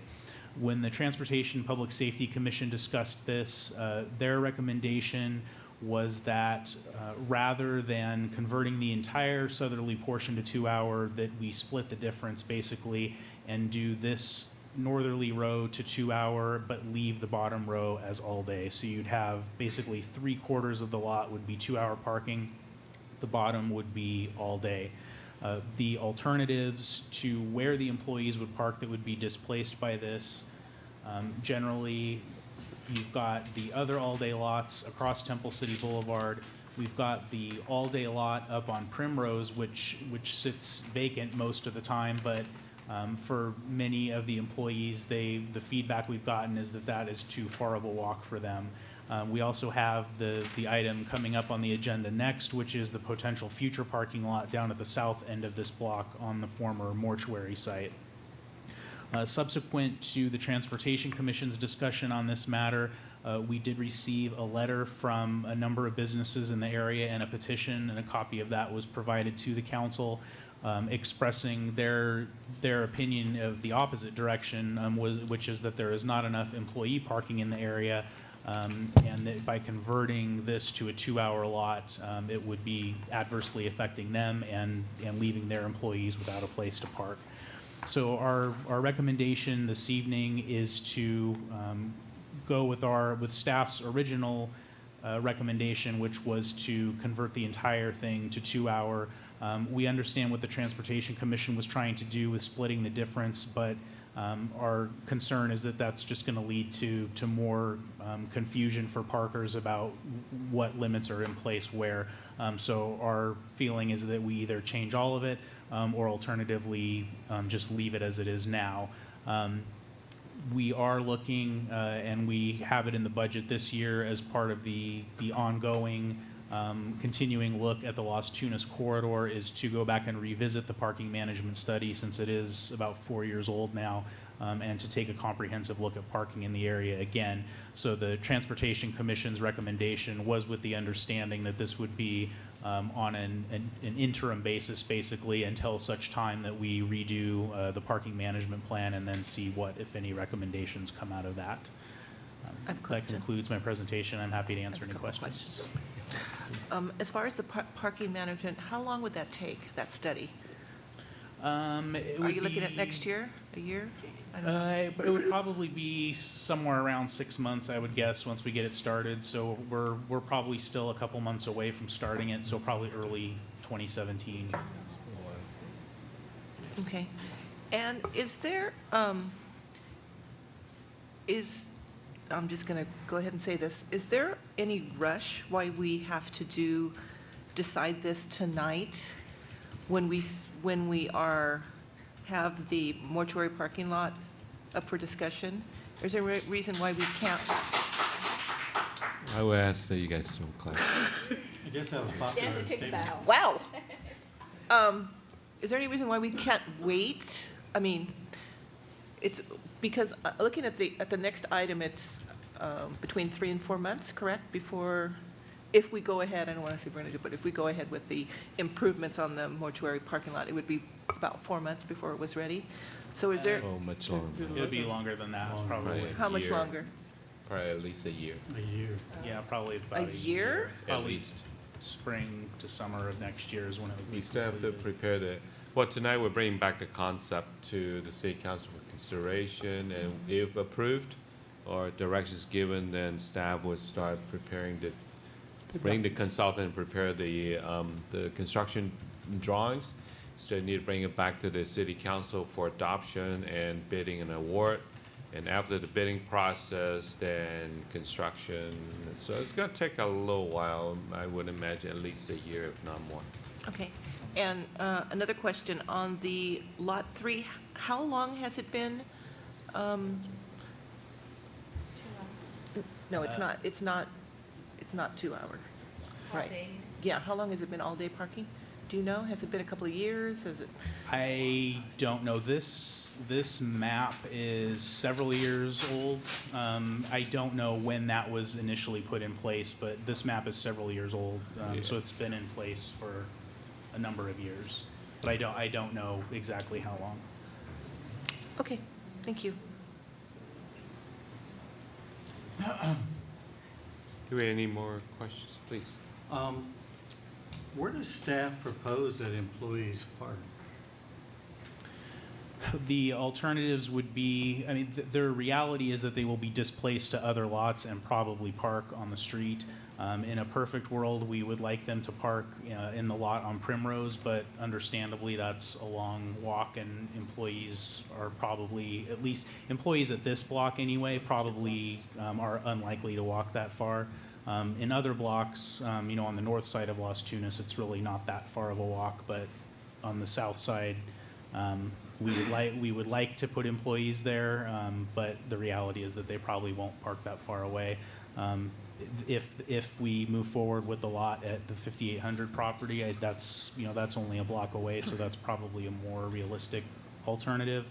But there are 36, I believe, all-day spaces in Lot 3, and we're looking at somewhere around 27 spaces that we think we can fit at the 5800 property. So even 5800 would not replace all of the spaces that would be displaced. In this letter that we received, and it wasn't signed by anybody, it was a letter, and then there was a bunch of signatures, but they raised the concern that there were employees of businesses apparently on the north side of Las Tunas using Lot 3. it would, seems to me to make more sense to ask those employees to park, to perhaps use lot 7, a little bit closer to them. Has anybody discussed the parking habits with these businesses, particularly HSBC, which probably has the most employees of the ones that have been identified here? Councilmember Chavez, one of the things we're trying to achieve is because we provide this resource, this public parking resource, collectively for the entire commercial corridor. It is a real balance, but not a balance that we're managing on a business-by-business basis. So again, one of the things we're trying to at least bring forward to the council, and part of one of the rationales behind it, and it makes sense from a commercial standpoint and a economic development standpoint. You create shorter-term parking near where the activity for commercial activity. I understand all of that. We've looked at this issue many times, long before you were here. Believe me, it's come to us many times. I'm just trying to figure out, obviously this is a thing that needs to be mediated to open some discussion. It seems to me that the businesses have a different view of what's important to them. Understood. We have this here that, to them, it's the parking is important to the employees. On the other hand, we have businesses who say the parking is important to their customers. So we have two competing sources here, and I'm trying to figure out, is there some middle ground that perhaps we can look outside or think outside the box to at least rectify the immediate problem, knowing that we have other issues coming up down the road. So that's the only reason I brought it up. I didn't intend it to mean that we tell these people, okay, you have to park there, you have to park there. I understand that. The other concern that I have on this letter also is that, and again, this is what came to us, I remember, a few years ago. It appears that of the 34 signatures that we have, 22 of them are from Jade Escrow. I don't know, are these all employees of Jade? Jade Escrow has 22 employees that apparently use the parking lot. They've signed it, so it appears that obviously somehow we need to open up a dialogue with Jade Escrow, and since they seem to be the ones impacted the most, or at least voice their opinion of what we can do with their employees versus, I guess, their clientele. And plus, I would imagine that Jade Escrow, being that type of business, has a different clientele base or customer base than, let's say, a restaurant, obviously. Restaurants need that turnover. They need that come and go, where maybe Jade Escrow does not for its customers. But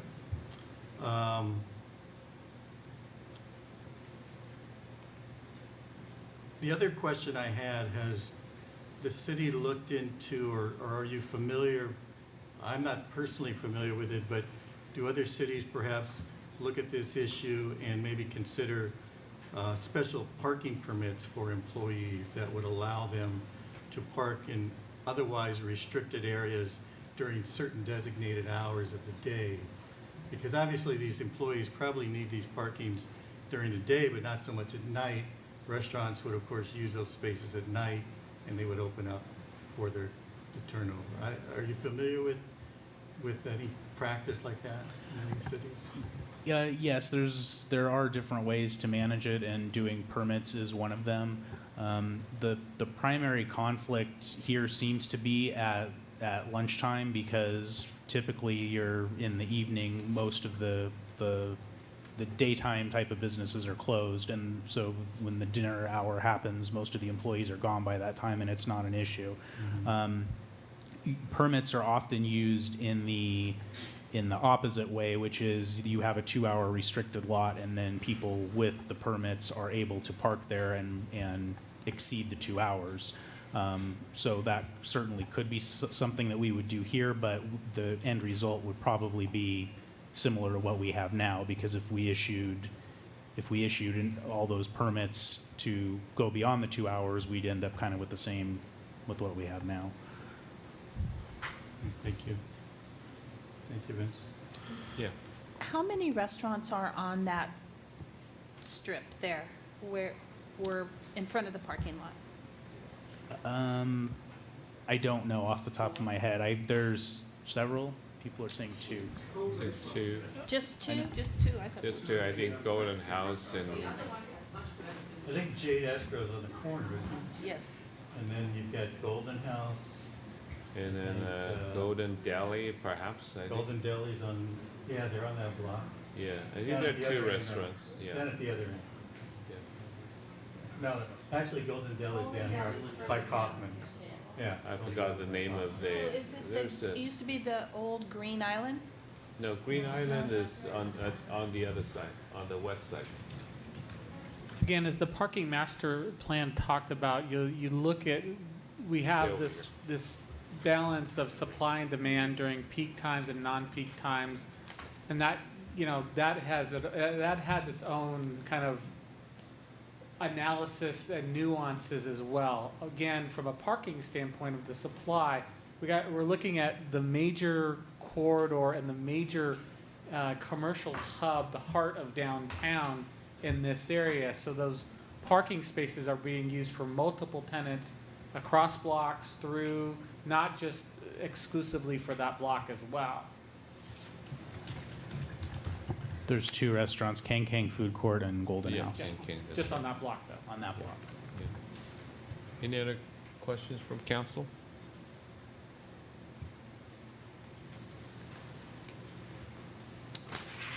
Okay, at this time, I'd like to open up for public comments. And I have 2 speakers request here, and whoever wants to speak on this item may fill out more forms. But first of all, before I call you up,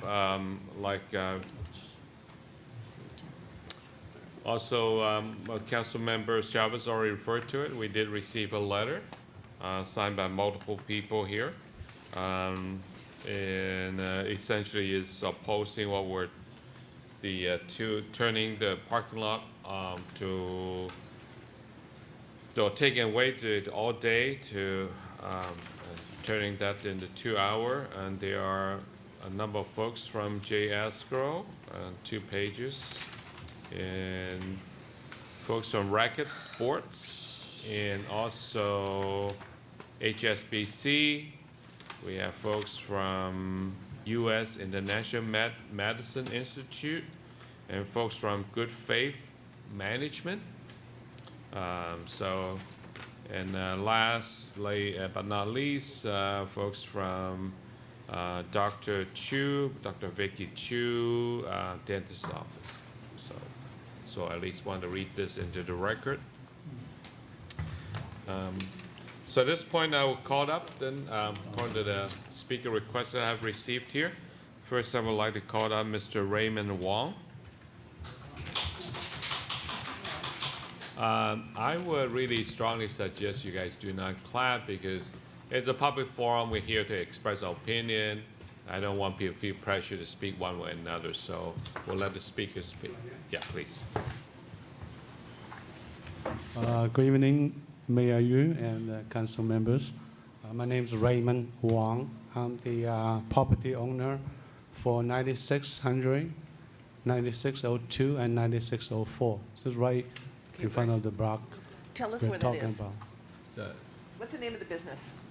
I hold the building. You're the property. building owner. Right. Right, but what's the business? Because we don't know the address. 9600. No, what's the name of your business? Benell Company LLC. No, he owns the building, he's not the tenant. Which building, I know? Then which building are you? You're on the building where the Golden House is? Right, no, Jade in the Escrow corner, J. Escrow and J. the Escrow. dentist. So, yeah, J. Got it. Escrow's And the building owner. dentist office. Oh, dentist office, okay. And a couple offices on the second floor. All right, Mr. Wong. Before I go on, I want to clarify with gentleman, Mr. Brian, which block is for no restrict parking space in my, between Temple City and Camilla?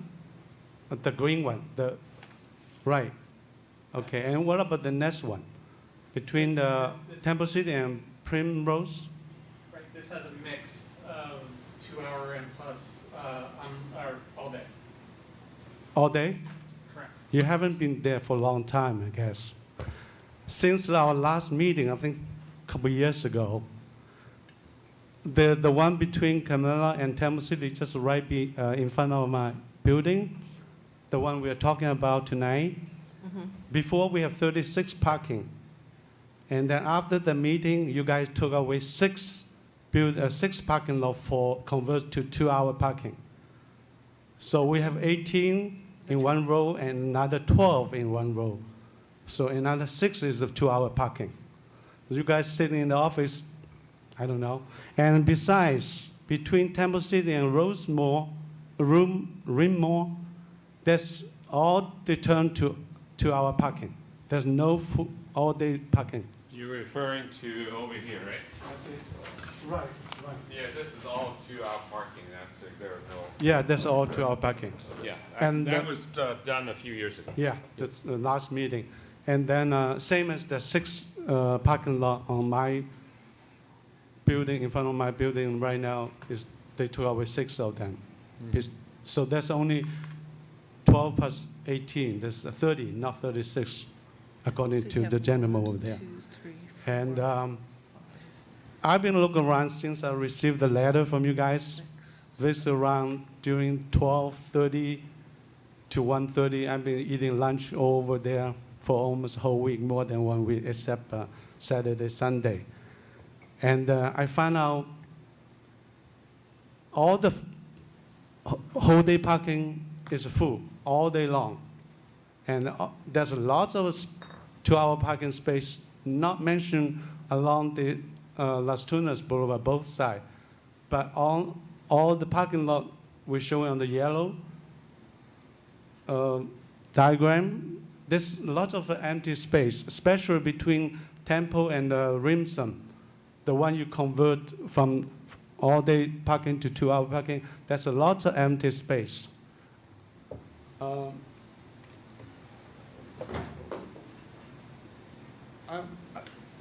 I download some picture from Google. I don't know when they took it, but on the parking full whole day long parking, all the parking spaces are full. Right here too. And this is in between Primrose and Temple City. There's lots of empty space for 2 hour parking because in the daytime too, I took a lot of pictures during between 12:30 to 1:30. Even behind our building, the restaurant complain they don't have enough 2 hour parking. They always have a parking 1, 2, 3, 5. Always have a 2 hour parking space available, unless sometime. Yeah, Mr. once Wang, need a to while. ask you to wrap up. We're past our time. Oh, And okay. I need a reminder when you have a 3-minute. Just a reminder, we need more full days parking instead of just 2 hours, no matter for the business, some of the business customer, or for the employees. Okay. Thank you very much. Do you own the building where Jade Escrow is located? Right, GSCO and the dentist's office. And did you see this list of signatures that were presented to us? No, I didn't. They have lots of employees. They work. Do you know how many employees they have there? No idea, but they have both buildings, not only mine. They also have another next to my building. I don't know the number. On Las Tunas. Yeah, it's the Okay, same next to it. Yeah, they have 2 big offices. Okay. All right, thank They're you. working hard. The business getting better, of course. Thank you.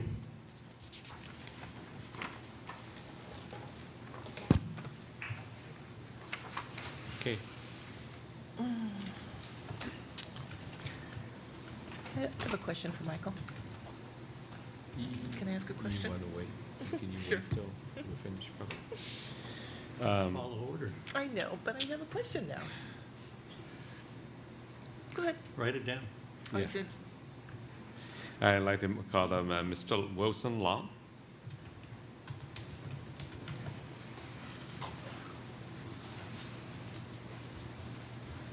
Alrighty. Good evening, council members, mayors. We really appreciate you doing this. Caitlin there's going to pass out a little bit of a visual aid. I'm sorry, I didn't get your name. Wilson Long. Wilson Long? I'm the associate dentist for Dr. Vicky Chu. All right. Can you speak a little closer to the mic, please? Sorry, I haven't had Okay, water I'm in a sorry, while. you work for Vicky Chu. I'm a dentist. Vicky Chu? Yes. Oh, okay. Yeah. All right. So I've been there for 2 years, and I work there on Wednesdays and every other Fridays. Every day that I'm there, I work there from 10 to 5 or 10 to 6 or 10 to 7. Most days, it's kind of like playing musical chairs in the parking lot. Every 2 hours or so in the middle of a patient, I gotta get up, move my car just in case, I don't get a ticket. So you tell the patient, I'm sorry, but I've got to go move my car? If it's an And you important leave them there, procedure, in the chair? obviously that's not ideal, correct? You got to do it. I mean, in the middle of a root canal, that's not what I'm doing, right? If it's in the middle of a cleaning, I might say, okay, I'm sorry, I really got to move this. I've had enough $55 tickets already, right? I mean, in regards to peak hours, I mean, if you look through those pages, we did our own little, unscientific research there. There's a window, in the back of our building where we can see all the parking lots, all the parking spaces. And even at peak hours, there are still spaces. I mean, our ladies there, they take a nice little count. They go outside, they count the spaces, see what's there. I mean, even on really busy days, really peak days, peak hours, there are spaces. But we see, like myself as an employee there, other Jade Escrow employees, we see each other coming in and out, moving our cars all the time. And I don't know, as an employee, as a worker, that doesn't make much sense to me. I can't do my job. I can't focus. In my head, there's a clock, 2 hours, ding. I got to get up. I got to go move my car, right? I got a ticket in San Diego. I mean, like I said, we've tallied all the empty spots. We've tallied all the full spots, and there is hardly an hour or a minute where there is a full parking lot. All right. And as far as how many spaces there are, I mean, I think Mr. Wong already said we have, only 30 whole day parkings or maybe even 24 whole day parkings now. So we're all fighting for parking early in the morning. How many employees at your office? Myself, Dr. Chu, the 3 assistants, 4 assistants, and there's another associate dentist on a Monday and Fridays. So 6, 7? 6, 7. It varies between 5 and 7. Is that right? 8, sorry. Between 5 and 8. And let me ask the mayor, how many employees do you know, at the Jade Escrow? About 25? I don't know, but I think there were some 20-some names. There were 22 names. yeah. I got to believe there are more than 20. So between 2 businesses, they're taking up half the parking lot. Right. Yeah. But I mean, the point is there's always parking. We look out the window, the parking spots right in front of our window, those are always empty. Do you guys ever park on the street? I've had to a few times. Is that a problem? When there was construction. No, not really. I mean, I don't mind walking, but I have to lug my equipment around. So I think Temple City Boulevard is all-day parking, and some of the other side streets. It's 2 hours. 2 hours? 2 hours. It's 2 hours. That was my question. Yeah, it's 2 hours. Hello. So. Yeah, all the streets are all 2-hour parkings. I've had a ticket on the street. I've had tickets in lots. The whole Yeah. street. I think Yeah. before they weren't 2-hour, we had the Well, the reverse residential issue, streets are- Right. right? They were all day, Mr. Chavez? Yes. And we put them to 2-hour. We had this same argument Most of 2, I'm 3 sure, years I'm ago. sure. I mean, I know it's and a it was the difficult- opposite argument. I know it's a difficult Everybody wanted the situation for 2-hour everybody. ones. Now everybody Right. wants the all-day one. So Yeah. we come complete cycle. Right. Yeah, That's understandable. I know. But just from our perspective, this is what we deal with day in Sure. and day out. Right. Everybody's taking turns moving their cars. Yeah, that's not a good way to operate your business, is it? Okay. You know that there is a parking lot 7. It's maybe a couple of blocks away. Do you guys consider parking there? I mean, we've been told. Like I said, I have a bunch of equipment I have to lug around every day. I don't mind, but again, it's not really ideal. Right. Well, if you've been working downtown, you'll be. That's why I don't work downtown. Okay. All right. All right, thank you. Thank you. I'd like to call up Miss Jennifer Jan.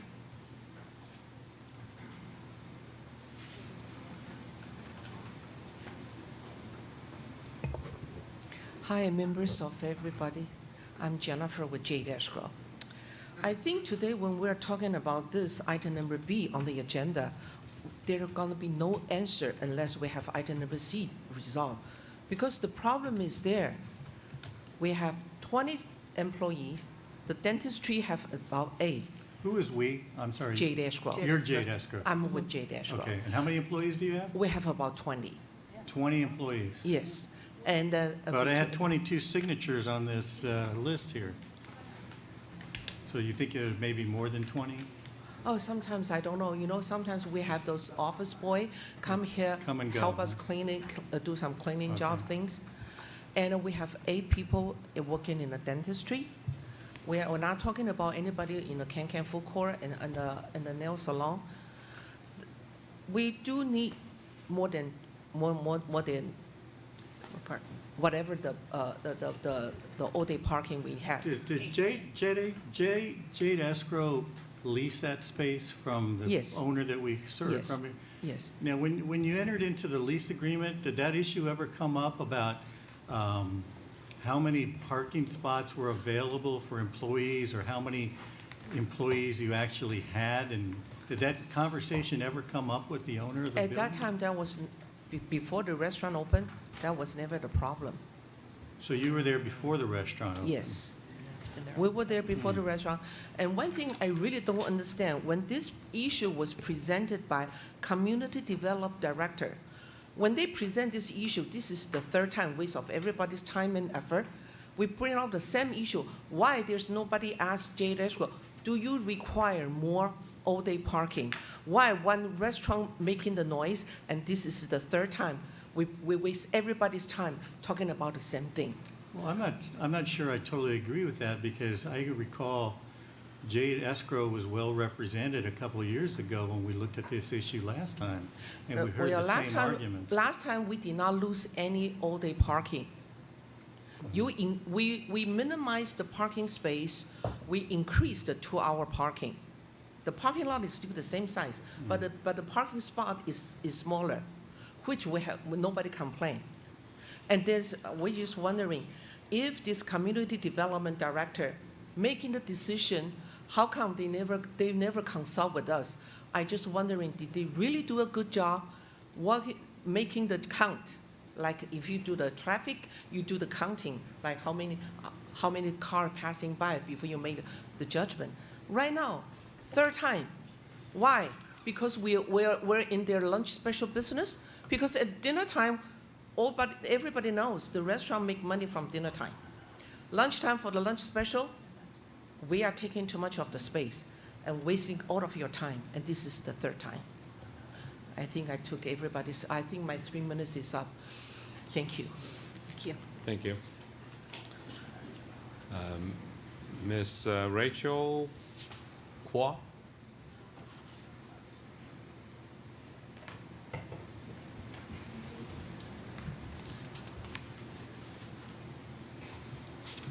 Ladies and gentlemen, I'm Rachel, also from Jade Escrow.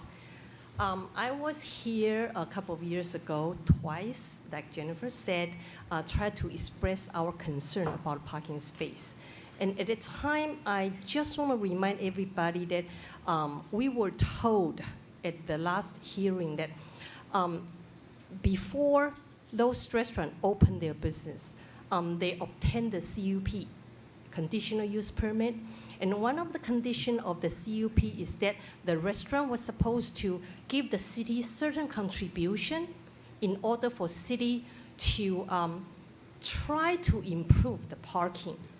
And after that, for certain reason, we were told again by the city attorney that it is against the law.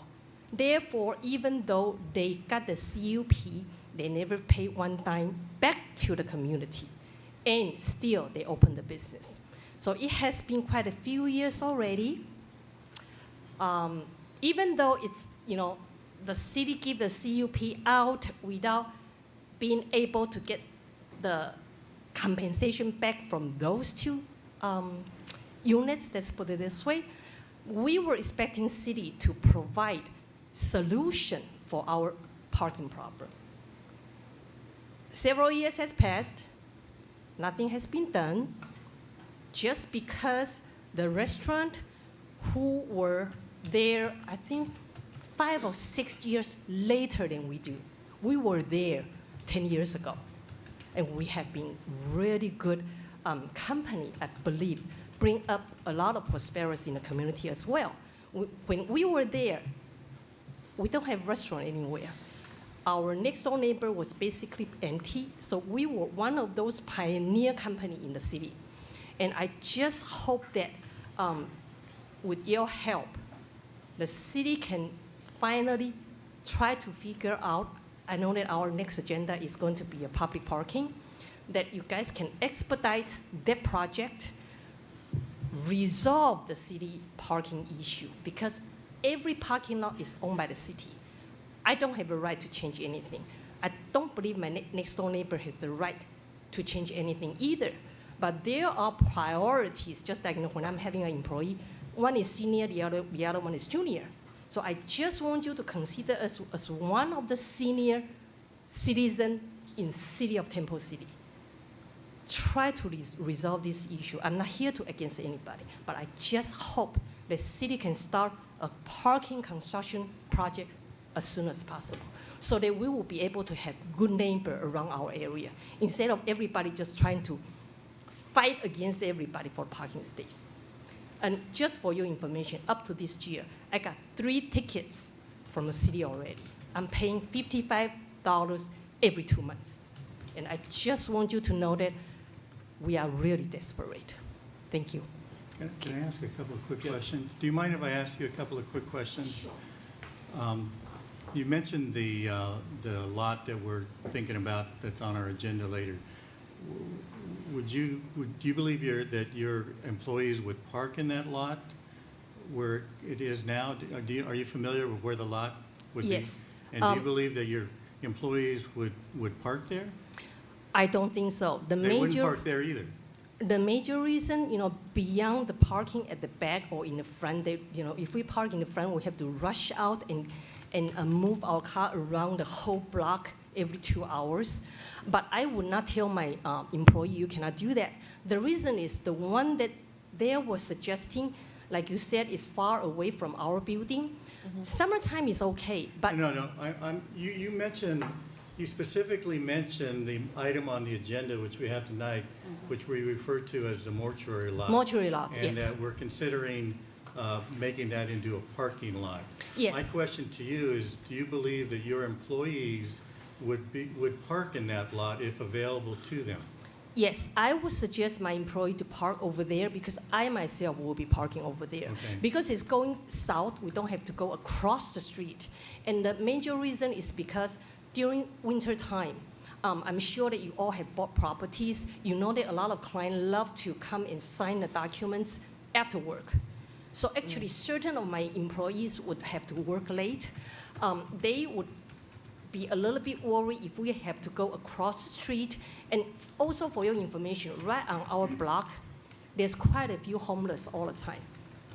So this is a concern that we heard a couple years ago, if I recall, that one of the reasons why your employees did not want to park in some of the designated lots that we had for them was they were concerned about their safety. But yes, safety issue is very important. I don't know that that's really a true concern in our city. city. It is a true concern. You because really believe it is? Yes, we Okay, well, we are female. We certainly are not getting any information that people are getting attacked or accosted unless you have for different your information. information, there is 3. I don't know whether they are homeless or not. I have no idea at all. But we saw it right in front of our face. Yesterday, 3:30 in the afternoon, right in front of HSBC, 3 people were, I hate to use that language in front of everybody, but they were doing improper conduct in front of HSBC. Did you report that to the police? We did. Okay. We immediately, my reception called the police station right away, tell them that we have 3 people in front of HSBC doing improper conduct. They were students walking by. Also, they were old gentlemen walking by. One of the lady using a beer bottle, put the water into the old gentleman's shoulder. So we saw it, we called the police, those people, the next thing you know is that there's a bus coming in. After 10 minutes, 3 people get into the bus. 10 minutes, within a 10 minutes period of time, Well, no there's no police question that we officer, have crime. no police officer show up. Have any of your employees ever been accosted or? Yes, we there used to been? have a homeless right at the back of our office. Okay, when was the last time this happened, do you know? I would say about 8 months ago. When? 8 months ago. 8 months ago, someone was accosted? And did you report that to the police? We did. Okay. When Jade Escrow opened up, how many employees did they have? Do you know? We started this office with 15 employees. With 15 employees Yes. back 10 years ago? Yes. And how many do you have now? We have 20, 20, okay. plus 2 part-time. So, okay. All right. Thank So you. we have been there like over 10 years. All right, thank you. Okay, thank you. You have to come up to the, you have a speaker. This is the answer part of Councilman Tom Chavez' question. Me, myself, I've been robbed and I've been attacked. Both, I think Temple City Police Department will have the record. And when were you robbed? I was robbed, I think, 2009 or 2010, in the back parking lot. Okay. And then I was attacked one time in the office. And you were what? I was attacked one time in the office. In the office? Yes. Okay. People just come right in. Mhm. I don't know him, but they just come and go. Yeah, Thank you. I'm sorry that that happened. I know. We love the city, you know. Scary. When you were robbed, it was in the parking lot where you want to keep the 24-hour or the all-day parking, correct? Yes.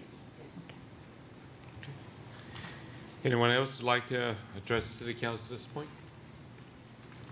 No, hearing none, I'll close public comments. Questions, comments from city council? My question was, along Las Tunas, it's 2-hour parking the entire street, length of the street? On that side. On that side? I don't know. I Mr. don't- Forbes, you want to address that? I believe it is, but I have the street view up right now, so I'll confirm that. Yes, it is 2-hour parking on both sides of the street. And that would be from Rosemead to, like, Roland? Something like that? I don't know if it's the full length of the street, but in this area, at least it is. In that area? From 7 a.m. to 6 p.m. But you had a question? Go ahead. on it? Go ahead. But a lot of the residential side streets that runs perpendicular, they are all day, right?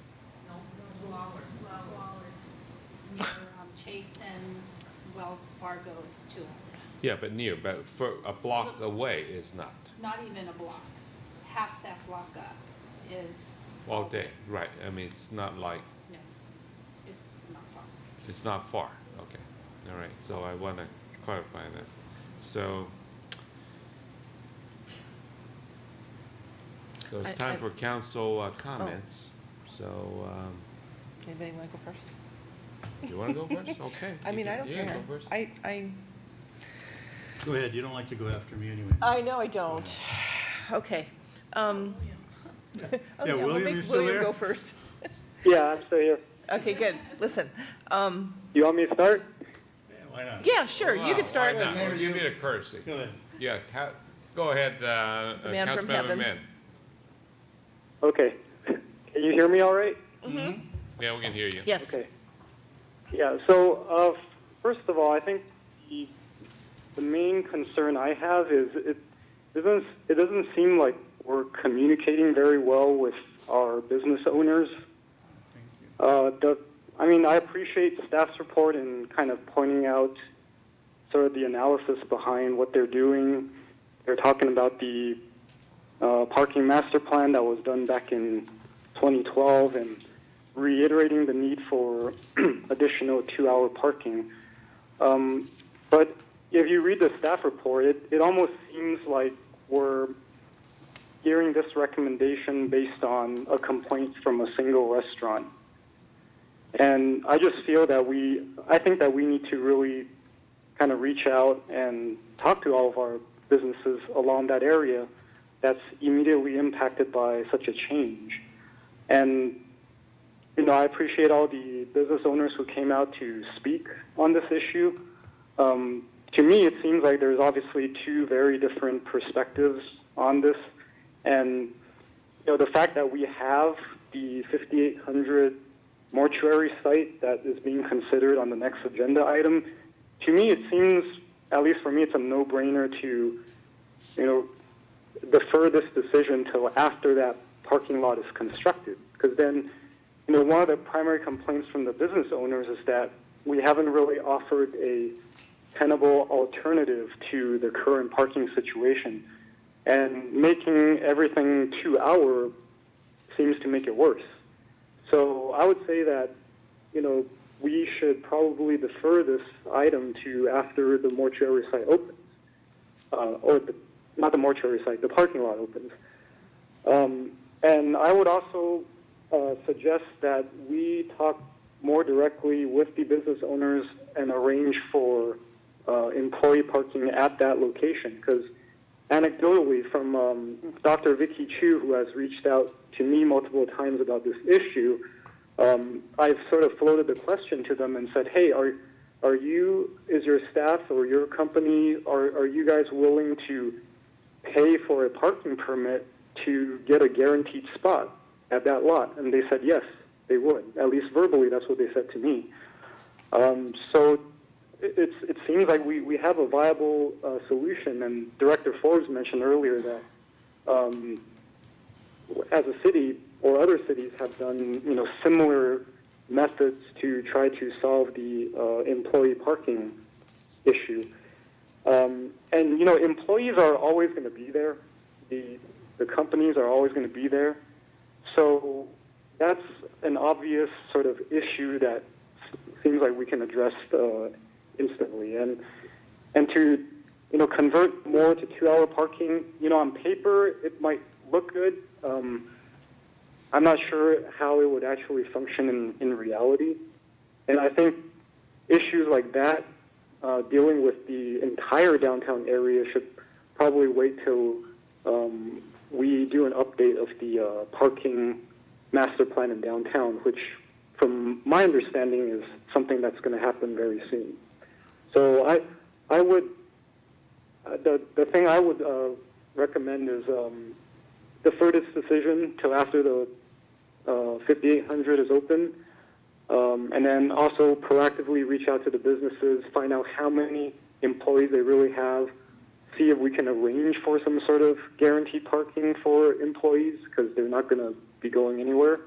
And then I think that would alleviate additional space for the restaurants that are in the same block. Councilmember Mann, can you hear me? Yeah, I can hear you.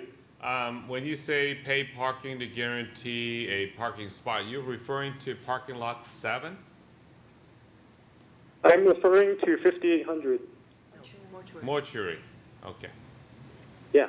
So we know that at least conceptually there's 27 spots there, and we already know at a minimum there's more than 27 employees that are going to be working in that block. So that lot's going to easily be filled up, easily. Okay, thank you. Councilmember Fish. Councilmember Nan? Sorry. Nan. Well, Nan. I was not on the council back in 2012, I believe, when we did the last parking study, but I will say when I was running for city council and I did visit many businesses along Las Tunas, the number one issue they had was parking, whether it be for customers or for employees. And, you know, I did remind them that our city was built in the 60s when everybody had one car. Now everybody has 4 cars. So we're a little bit landlocked as far as what we're going to make parking lots out of. But I do think we don't really have enough information to start changing the hours of these parking lots. I do agree with Councilman Mann that I would like to wait until the mortuary parking lot, again, if it's approved, if it's finished. But more importantly, I'd like to get some results from the parking study. I think 2012, that's been a few years. Things have changed. We've gotten a lot more restaurants on the boulevard. We did not have those restaurants in 2012. We also do, again, like Councilman Mann said, we need to have constant conversation with our businesses and see what they need, see what is lacking. Again, like I said, we are landlocked, so there's not a whole lot we can do. We have been working on it. Again, we are looking at turning this piece of land into a parking lot.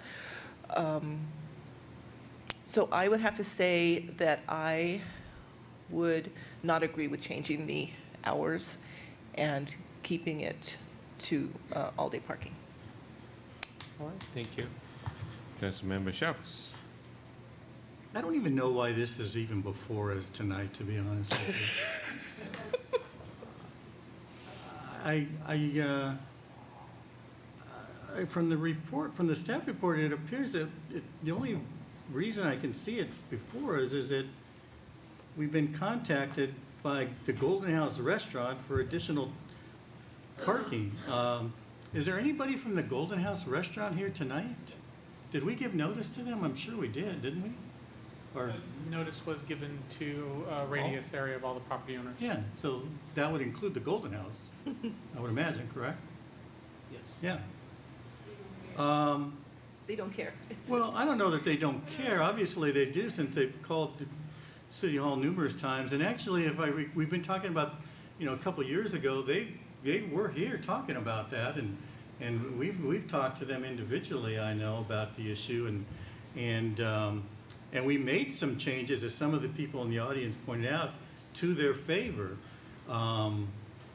It seemed to, at least, I haven't heard differently, has addressed some of their main concerns. So, with all that we have going on, with the parking, with the new development perhaps that's going to go down in the old mortuary lot, it would appear that this is a little premature to go ahead and start making wholesale changes when we may have to come back and make changes again, which I don't think makes much sense.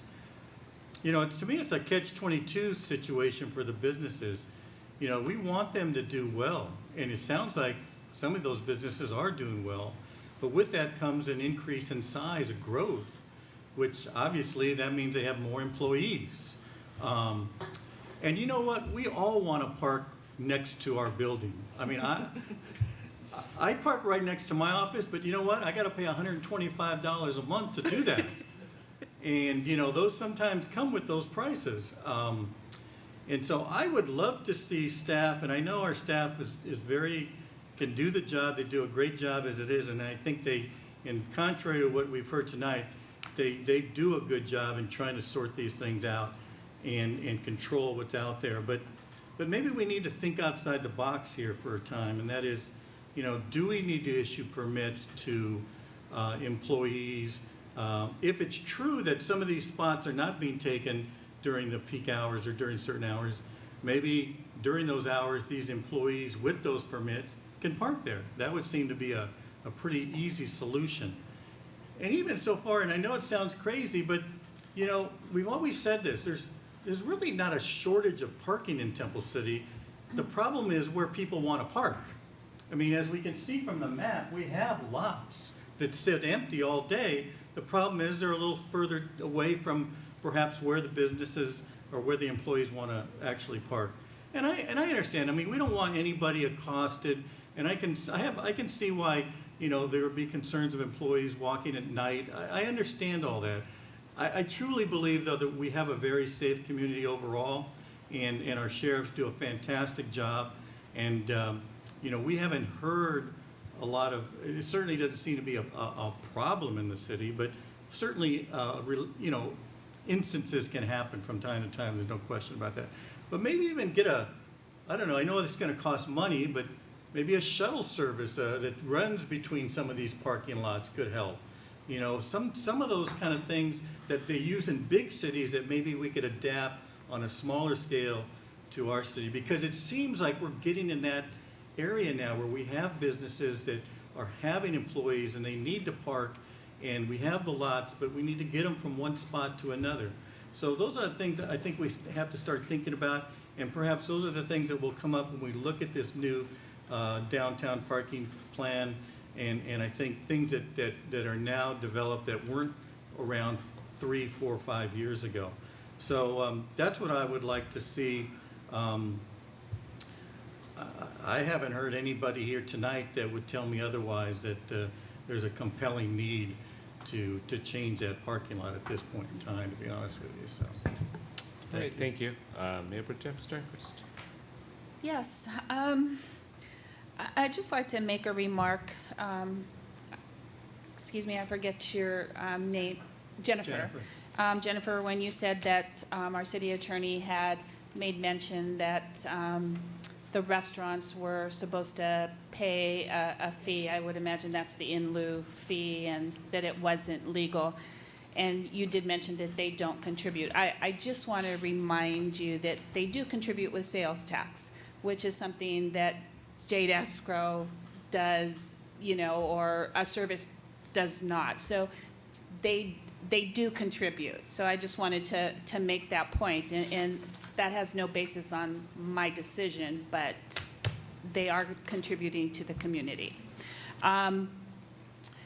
When I first saw it on the agenda and I met with our city manager, I did ask him, what exactly is the motivation? Where is the motivation coming for this to be on the agenda?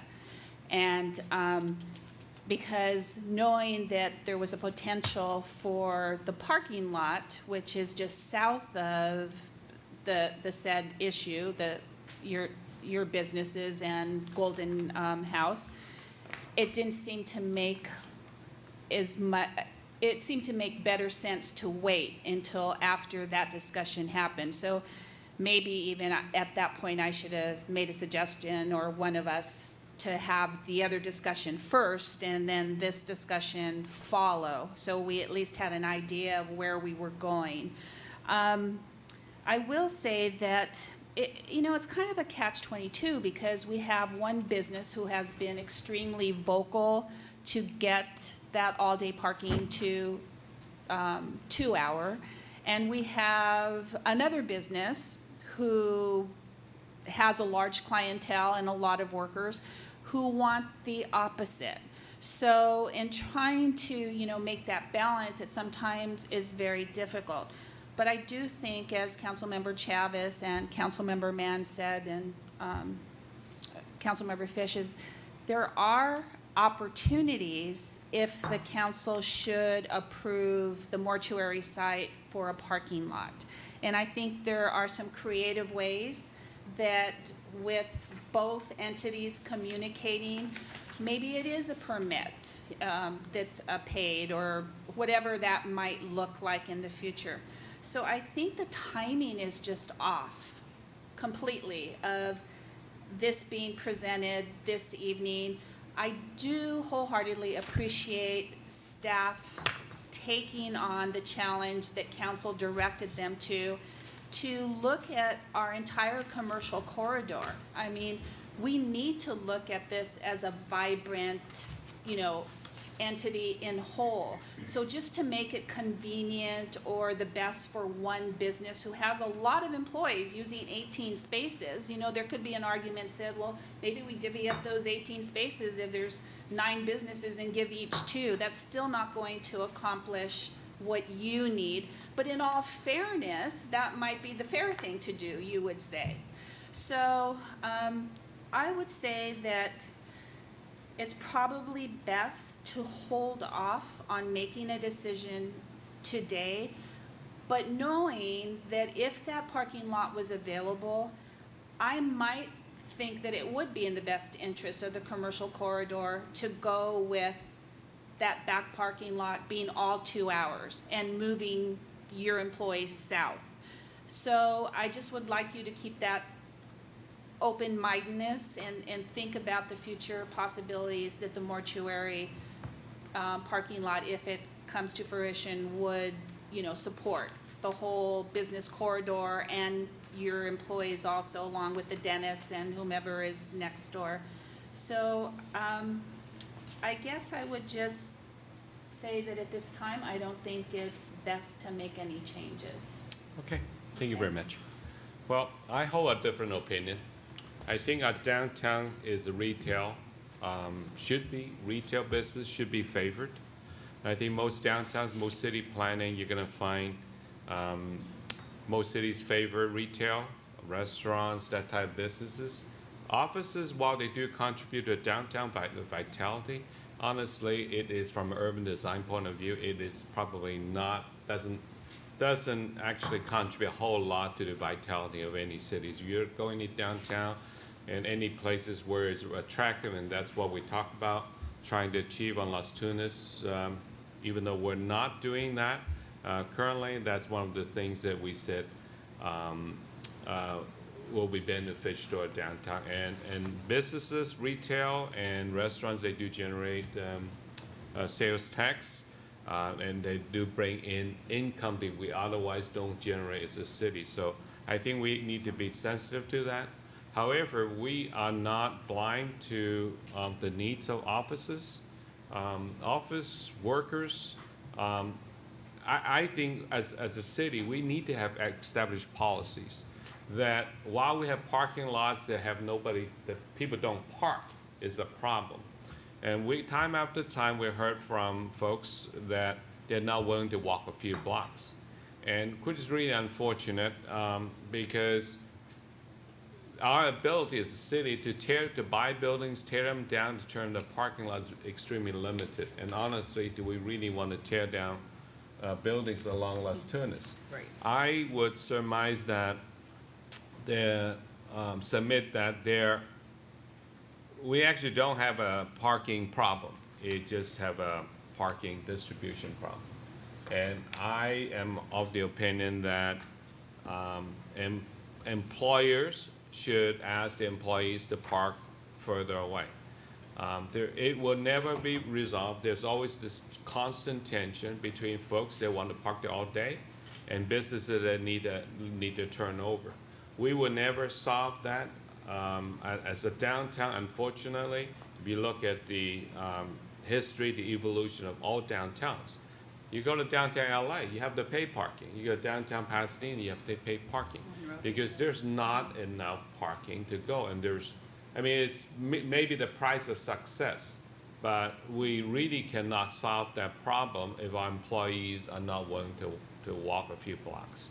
So I think as a city, knowing everybody, it's our job to balance the interest. And I am of the opinion we need to have policies that encourage folks who work there to park further away. And we have parking lots. We have the parking lot 7. We'll have the mortuary, the 5800. I hate to call it mortuary because it's no longer there. It'll always be known as the mortuary. Like the Alpha Beta property, right? Yeah. I think that employers needs to encourage employees to park there. I do not think having them purchase parking permit is the solution. I think then you're again pitting office interest versus retail and restaurant interest. And I might add too, while some of you may say that, well, I'm here first, the entire downtown is here first. We're looking for the overall interest of the downtown. And the owner, Mr. Wong, your property has certain parking. But we didn't ask any of the offices when J. Astro came and get their business permit. In an otherwise situation, we would have been asking the office owner to provide parking. I mean, because they do have a large, if 22 people are signing the petition to the city council, that means 22 cars. That's half the parking lot. So it's hard to balance one business from another. I think there are sufficient parking. And like Mayor Pro Tem pointed out, if you really do want full-day parking, yeah, you can walk half a block. There are plenty of residential streets that provide all-day parking. So I believe it's time for the city to take action. We've been sitting on this far too long. I am of the opinion that we need to make a decision on a parking policy. Now, so I think the majority of the council would rather want to wait to decide on this, and I think we can go along with that as well. But I really think that as the downtown is concerned, we have to look out for our restaurants, we have to look out for our retail businesses, as well as encouraging our office employers to ask the employees to park further away. I mean, there's no other way to solve this. We don't have multi-story parking structures. It will be probably a long time before we will actually build anything like that. While the idea of waiting, I don't think you're gonna find a different answer, even if you do another parking study. Waiting, build a 27 car space parking lot, but that's 2 blocks away. Until people change their mentality of parking, it's not gonna help us. Well, I'm hoping that, like I said, that if they have some time to, other than here's the notice, here's the meeting, now it's changed, to know that there possibly will be some available parking. It gives the business owners and their employees some time to just assimilate that information and know that that's going to be a likelihood. So that's my hope, just that they have time to work through the issues, look at where else they can park in neighborhoods. But then again, you have residents oftentimes complaining that somebody parked in front of their house and they can't park in front of their own home. So I don't know, it's a very difficult balance, but like I said, I think maybe the cart was before the horse a little bit in this particular situation. But I like to address your point of having people complain about cars parked in front of their house. When you live next to a downtown, that's true. and that is a kind of a given environment, so. Yeah, that is true. Or across the street from a school, like where I grew up. Or from Me a too. park. Yeah. Or a park. Yeah. So, Okay, so where are we? We'll be here all night. yes. Go ahead. Oh, who's making a motion? Sure. Sure. Anybody? Where is it?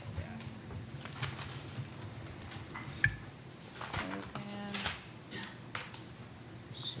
I would make a motion to deny the request to where is it?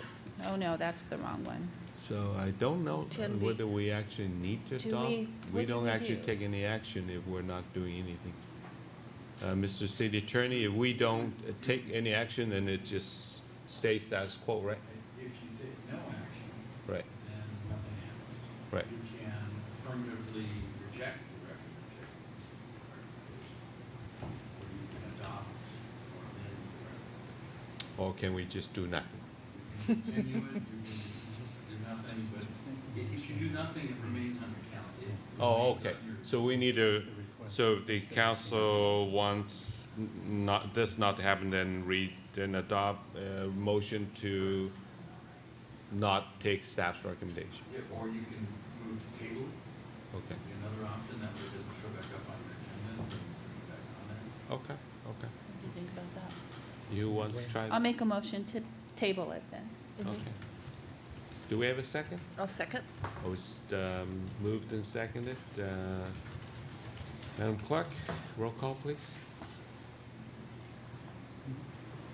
Councilmember Chavez? Yes. Councilmember Fish? Yes. Councilmember Mann?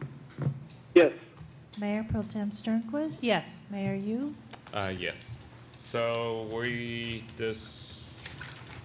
not doing anything to the parking lot. All right, so moving on to the next item, which is probably what you're hearing, also want to hear is regarding the design direction of a new public parking lot. So, Mr. City Manager. Mayor, you members of the council, thank you. I will give a brief report tonight for your deliberations. The staff report has the complete package. Just very briefly, you actually have appropriated the funding for this project through the budget process for fiscal year 15-16. So we do have the funding for this project ready and available. We did give notice to the surrounding property owners surrounding this site, including residential property owners, so they could see the recommended design concept, which I'll go into a little bit of detail in a moment. And we did not hear any feedback from anyone related to that. So previously, the Standing Committee and then the City Council was presented with an analysis of several different development scenarios last year related to 5800 Temple City Boulevard. We looked at options of commercial development for that site. We looked at many different options of how to develop that site. After the analysis that was done and the economic analysis that was completed, it was the recommended action to take was actually to turn it into a public parking lot. From that point, the council directed then the Standing Committee to work with staff to come up with an interesting design and to provide a few goals related to that, and something that's the most cost-effective and feasible. The Standing Committee staff and a landscape architect worked together throughout this last about 6 months or so to develop the basics, design, and style for this new public parking lot. Several of the goals included, one, obviously, increasing public parking, consistency with the parking master plan, infrastructure that promoted energy efficiency, stormwater compliance, and lastly, a creation of a gateway-style treatment to promote this as the entryway into Temple City downtown. You have the concepts in the staff report. The concept that was the design concept that the Standing Committee is bringing forward to the council tonight is more of a mid-century features, brick columns, trellises, those kind of concepts, very similar to what you see in City Hall, that kind of mid-century concept. So the Standing Committee recommended the design be brought forward to the City Council for final review and approval before the bid process commenced and before we went forward. The Standing Committee also directed staff to bring forward a couple options related to access. So you'll have two decisions tonight. One, do you like the general design concept of the mid-century brick columns, trellises, those kind of things? The other concept to bring forward, or the other idea for the council tonight, is where will the vehicle access be? One concept is the vehicle access being in the alleyway.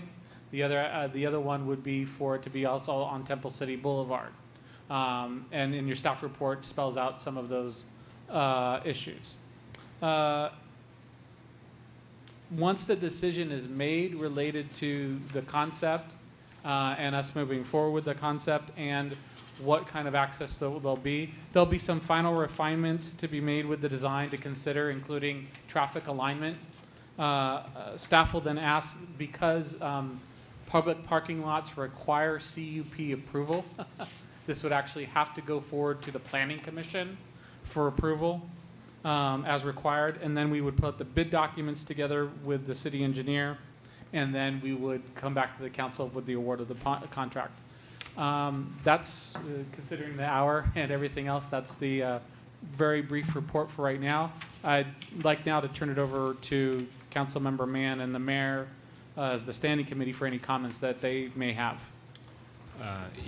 Just want to report back to the council. So Councilmember Mann and I, we sat on the ad hoc committee, or Standing Committee, we work with staff. So the package that we have here shows the progress. As you can see, there are a number of preliminary sketches. It shows the concept. So we have chosen to go with we recommend the council to consider the mid-century look. And there are two variations. One is the one that says recommended concept, July 2016. This shows the trailers, the artwork, some of the monument. That will also create a place where we could have artwork. And then you also see attachment D, where the difference between the two versions are that one does not have a driveway from Temple City. Attachment D does have a driveway from Temple City. Oh, yes, okay. So those are the main differences between the two concepts. So the standing committee really did not want to pick one. We believe that the council should actually look at everything that we have done so far. So that brings it up to tonight's decision. Councilmember Mann, do you have anything to add before we? Nothing at this time. Thank you. Okay, all right, thank you. And how does attachment C differ from, other than just, I guess, the design, is it? So attachment C is not on the table, is that? Or is that one of the options? No, that is the option. No, attachment C is. Mayor, you referred to the July 2016 heading on one, there's no attachment, it just Oh, says there's two of them. July 2016, and then there's another attachment D. I think But then that- there's one that says attachment C, is that, I think that's the same thing. Is that different or except the same, With or- the artwork. Yeah, that one, attachment C, points out without the artwork. Right, Okay, it's so the it's the same same exact thing. one. It's Right. the same thing, With same the art. I just concept. wanted to make sure I wasn't, Yeah, and there were then different options. if you go down to what says Although attachment, attachment C and attachment D are different, yes, C and D, the main difference is. the front, You're right. you have the Temple City on the bottom, and And also the driveway, attachment D shows. Right, the right, driveway. Right. So in the. so are we being asked to pick between attachment C and attachment D? well, that's one thing you're doing, but we want to make sure, one, do you agree with the overall concept of this mid-century approach? The Is that- bricks and it's- stuff. The brick. The design, if that's one decision tonight, so we can Okay. move forward. And the other decision tonight is between those two with the ingress and egress related to the vehicular traffic. The staff report discusses some of that, some of those elements tonight. And then we would come back, refine the design a little bit more, but we want to make sure conceptually you're good with the mid-century design, and then come back with any refinements that we would. So if you look look So at we, this. we basically ignore attachment A and. Yeah. Yes, Yes. These those preliminary those are not concepts. any recommended, that wasn't recommended by. Those were progress that we have You know what they worked reminded through. me of? Yeah. Stonehenge. You know, didn't it kind of look like, Yeah, if yeah. you look at, It's kind of ugly. yeah, it looks, doesn't look kind of Yeah. weird. Yeah. No, that was just background Obviously, if information. the council wants to go back and look at No, those. I like the mean, brick and obviously, stuff, Right. yeah. And the other thing I think we want to look at is the floor plan that we have attached here. Mm-hmm. This shows the attachment C, if you will. Right.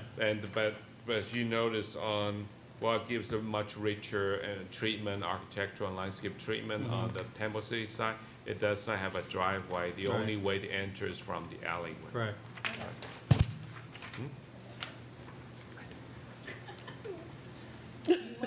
Can we just vote? Sure. Can we ask Okay. questions? Oh, Are absolutely. we asking questions now? Yeah, we're actually basically reporting back. Did you want to ask that? The only question I have, and I know we're not going to decide this now, of course, is, will people be able to park here at night? Or is that going to be something we're going to have to decide later? There was lighting component Yes. to There is- this, there yes, is so lighting there would be component? lighting. Oh, one main thing too is, if you look at the floor plan, the Workman Avenue side, you see the three big dash circles. Those are the three existing sycamore trees that staff have recommended as preserving. These three. Oh, okay, yes. I read that. Okay, so do we need a motion, or what would you like, sir? Well, I have Well- some questions. questions, yes, questions. We're going to motion already? Yeah, No. We haven't taken anything We- from the we- public yet. Yeah, we still, this is just council questions time, so. I don't have You have any questions. more I have a couple of for questions, Sta- yeah. There was a mention about the parking, I mean, the problem with, or potential problem with vehicles entering off of Temple City Boulevard as a reason why maybe we should not have an entrance on Temple City Boulevard. But it appears that those same issues could arise in the parking lots that are right above there that we were talking about tonight in Lot 3. And I'm not aware, maybe there are issues where we've had problems of people going in and out of those parking lots? What the city engineer would recommend is if you do this alternative design, that there be right in, right out only on Temple City, related to that lot. Right, I saw that, yeah. I thought that was a good idea, that would be a good compromise. If that's the If desire that's of the case. council to go, Yeah, then that would be the further refinements we'd have to look at to make sure, and then And the second question I and then have talking about the related to the design as Right. well, some of the issues related to design. is on the recommendation that we have the ingress and egress only on that alleyway. I didn't see any numbers or any figures given to us about how wide that alley is, and are we gonna make improvements to that alley? Because if I remember, it's not in very good shape. I would imagine that maybe that would be part of the process to repave or redo that alley in somehow or some way. Is that in the plans, do you know? Not at this point. No. That obviously can be. Because I don't know, it seems. We it seems- haven't actually done the design document, so I'm sure staff will look at that when they And prepare the are document. are the cars, when they leave that parking lot, gonna be able to go north on that alley, or just south, or both? I mean, are those things that we still have to work out, I guess? Those are some of the refinements that we would have to work out, Well- regardless of what you do, how you design, figure it out tonight. Those are some of the refinements that you would have to kind of figure out as well. But there seems, do you know the exact width of that alley? 2020. Probably just like a normal alley, I would imagine. It's just that if it's similar, and I don't know if it is to the alley that's behind my house, Yeah. it's very difficult for two cars to go in each direction. I mean, they Yeah. can fit, but I mean, it's a tight fit. And I also, at least the reason why the standing committee suggested that we at least propose an option with the driveway of Temple City, and given the right in, right out, is just that we see that there is a parking issue that we all recognize from the previous item that we discussed, that not having a driveway does not promote the public's awareness of a parking lot, then it feel more like, a employee parking lot of the next door neighbor. Well, and I think aesthetically, it just looks better without What, no that doubt driveway. no doubt about that. But I'm just thinking, if we look at the drawing, if we were to use that as just that alleyway, depending on how we design it, we could always make that a little wider than it is now, I would imagine. I mean, we can go as far back as we want to. We would have to look, we'd have to look at some of the design refinements to that to kind of keep the character of what we're trying to achieve.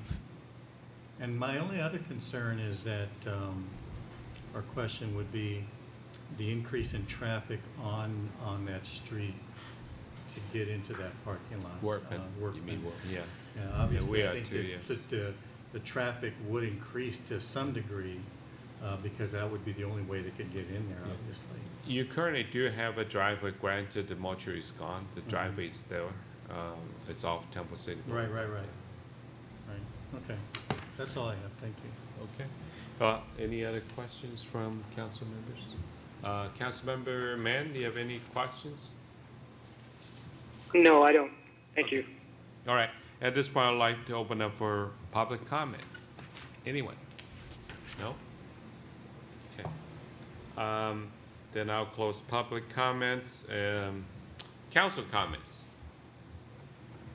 Councilmember Mann, you have any comments?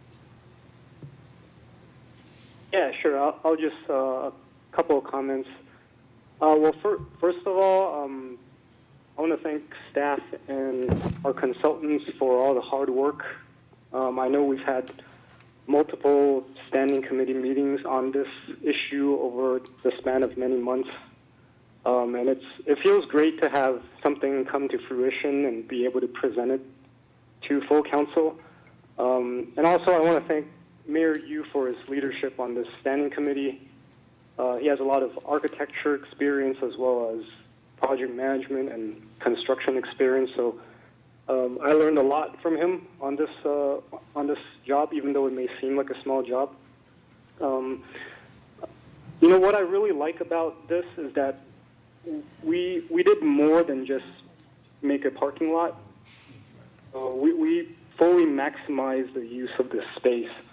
I mean, in addition to the obvious, you know, addition of parking, we've also managed to preserve the existing sycamore trees. We've managed to incorporate drought-tolerant landscaping with stormwater collection facilities.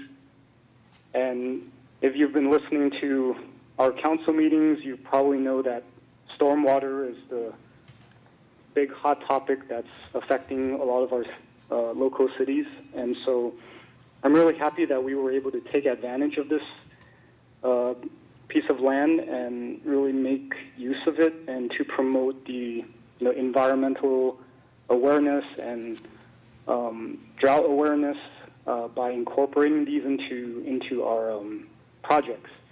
And my understanding is that that could potentially count as some sort of a credit or extra points for us when and if the stormwater issue becomes more apparent. So yeah, I'm really happy with our progress. On the note about the two alternatives, there could be a case made either way for having the driveway coming in from Temple City Boulevard. I do agree with Mayor Yu that we should try to promote the use of that lot as much as we can. I mean, it's a public facility, so it should be for public use. However, I also consider that a lot of other cities also have parking lots where the main entrances are off to side streets, just because the main streets tend to have a lot of traffic. Especially Temple City Boulevard, we know has a lot of traffic and cars move relatively fast there. And having a driveway turning into the parking lot, I don't know if that'll make things worse. I mean, I just feel that if we were truly trying to if we had agreement on how to tackle some of the parking issues that we've just discussed in the previous item, that perhaps if you don't have a driveway going into Temple City through Temple City Boulevard, most of the people using that lot would I would assume would mostly be employees that are working in that area. Because the businesses in between the District Lot 3 and the 5800 site, I believe all those businesses have their own parking in the back, so I don't think they would be the ones using it, and presumably their customers would also be using the lots in the back. So I don't have a strong preference. I really see the argument can be made either way. But if you do care more about aesthetics, obviously the one that doesn't have the driveway going into Temple City Boulevard looks more appealing. There isn't a giant gap in between. So yeah, I'd be interested to see what the rest of council thinks about this issue. All right, thank you, Councilmember Min. Councilmember Shams. Did the standing committee ever consider solar lighting for this, or is that something that still can be resolved? Oh yeah, that can be resolved. We're really at a concept stage. Yeah. The next stage. Because it seems like we've looked at all the different issues about stormwater capture, all those kind of things. I think that would be somewhere on the radar. So Sure. that's for another day. Yeah. As far as the designs, I tend to favor the design that does not have the driveway on Temple City Boulevard for a couple of reasons. One, as I, for one, stated in the report, and that is the safety concerns of people pulling in and out.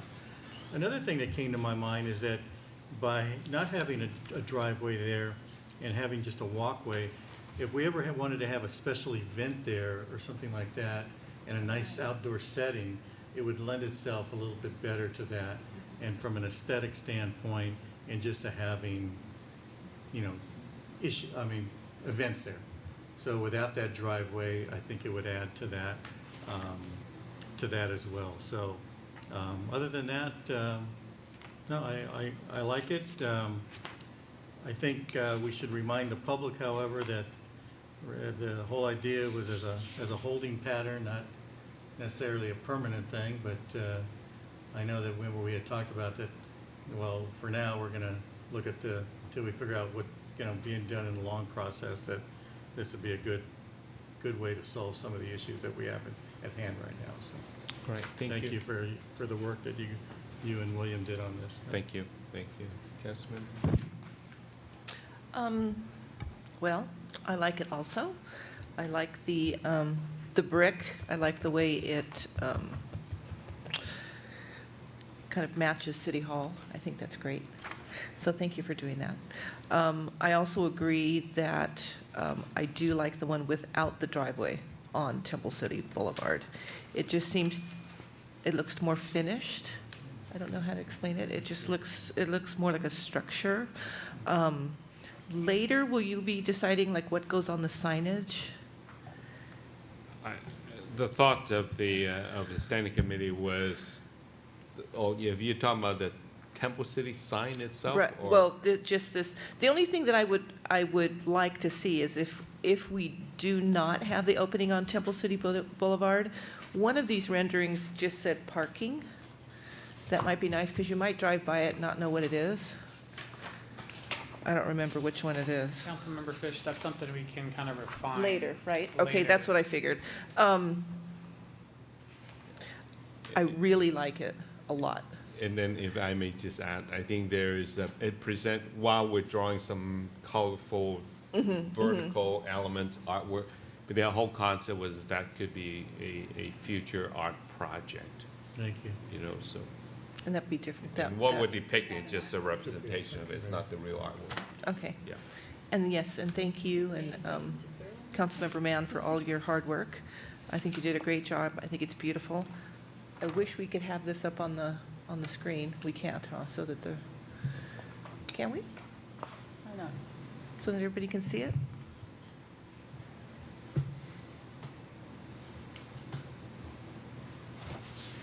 Any other comments? No. Okay. Mayor Pro Tem Sternquist. It really has exceeded all my expectations of what an attractive parking lot can look like. That's why, I think it's beautiful. I think it's going to be a real asset, even if it's just temporary, I think. And I think once we get that as a parking lot, it's going to be that idea of like a park. Yeah. It's going to be hard to give it up. Yeah. But it is beautiful, and I thank you for your work on that, William and Vincent and staff. And I couldn't be more pleased. Aesthetically, because it is so beautiful, I'd like to see the entrance not on Temple City Boulevard. Okay. All right. Thank you. Thank you very much.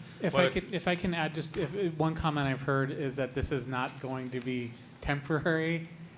We are expending some dollars, and if you remember the economic analysis we did, talked about the return on investment related to that. So this will be a 10-plus year type of project. So it won't be temporary in the sense of like a couple of years. This will be around for a good period of time. Right.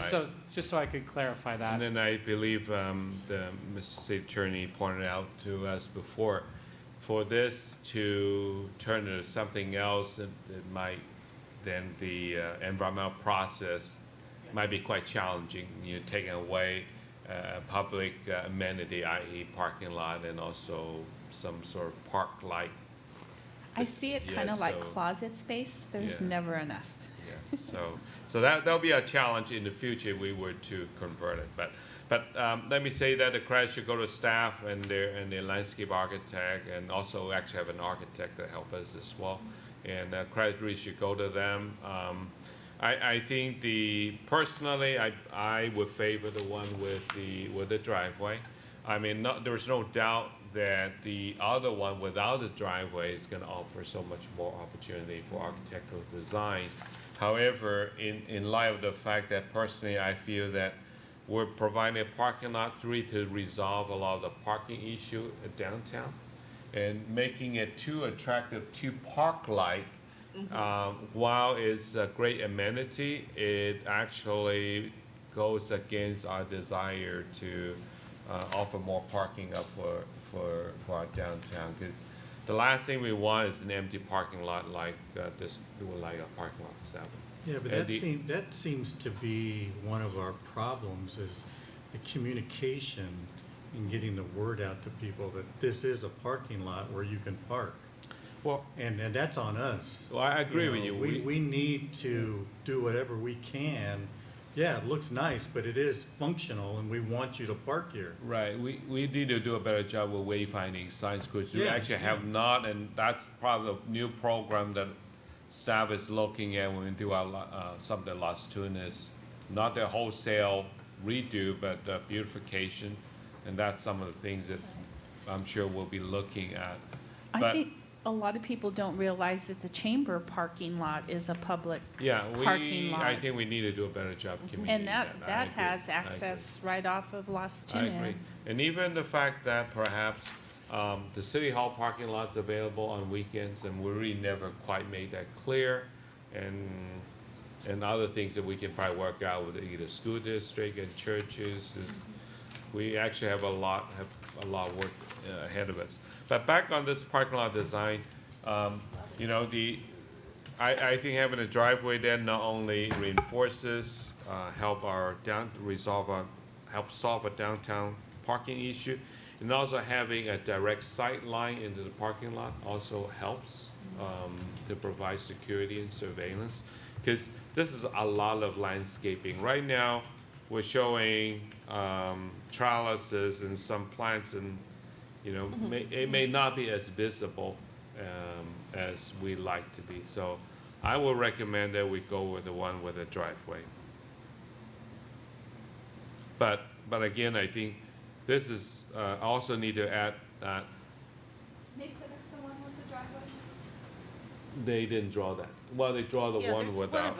Yeah, but what they did not do in my mind was they just lopped off the middle. They actually did not treat the end of it, which I think they can do a better architecture job. Where is it? But all they did was just kind of take an eraser and cut it off at this point. So, but You know, I didn't see anything in the report about how many spaces. 27. Is that in the report 27. somewhere? Yeah, I was just about to get there. I didn't The see that. shape and orientation of the parking lot, it is really essentially you have a double loaded parking lot. You have essentially you must have like minimum 60 feet wide space, and this can only fit one 60-foot wide parking lot. I think this is one of the most efficient design we can come up with. We're not going to be able to park any more cars. Even though we have space for landscaping, I think we have already maximized the number of spaces we can have. Is there a difference? 27. Is there a difference in the amount of parking spaces we get with the driveway or without the driveway? It's the same. Same? It's the same. Okay. If you have the driveway off Temple City Boulevard, you're still able to exit through there. Yeah. But if they come in, they're the same way as ingress. You have to back and out. egress. Yeah.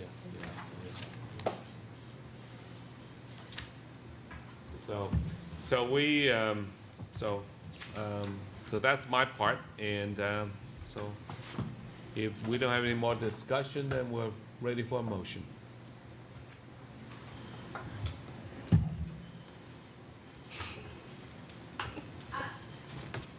Oh, I'm sorry. Comment comments, yes. That's not why I came, but. Okay, please. Dawn Taryn. Hi, Dawn. As someone who has parked frequently behind the buildings that are next door where Cal's and Arroyo Senor and the hairdressers are, I can tell you that it's actually kind of dangerous parking back there because you have to back out from the parking spots. But having the entrance on Temple City Boulevard, I actually think would be dangerous because those businesses there have a lot of walk-up traffic. So people either come from the back, but I know I would prefer to park there in the new parking lot versus parking in the existing back parking lot. And having that entrance on Temple City Boulevard, I just think that you're just asking for trouble. Okay, thank you, Tom. And for anyone else like to address City Council? Mr. Jim Basie? No? Jerry? Oh, I see, it's on the drawing as well. It's on the drawing, yeah. That's right. Yeah. I knew I saw it somewhere. So, okay, then yeah, please.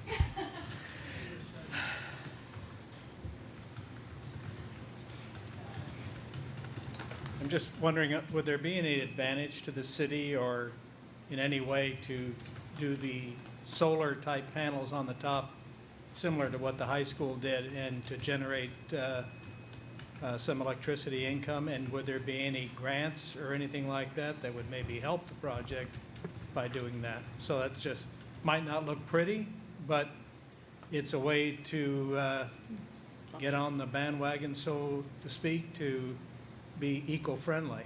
Sure. So just a thought. But I'm also against the entrance on Temple City Boulevard because people go pretty quick, and there's been a few accidents at that corner there. So I think that would only make the congestion a lot worse if cars start backing up trying to get in there. Thank you. Well, just to follow up, I think here's the problem you have is that people coming north, you've got Workman, then you'll have a driveway, and then a little ways up, you got another driveway. So it may be a little dangerous when people want to make that right turn. Where are you actually going to make that right turn? Somebody's going to come in and hit you from behind. So I think if we reduce that a little bit, it might help from a traffic standpoint. But. Okay. Anyone else like to? No? Okay. Then we'll close public comments and any council comments? Not, then we're ready for motion.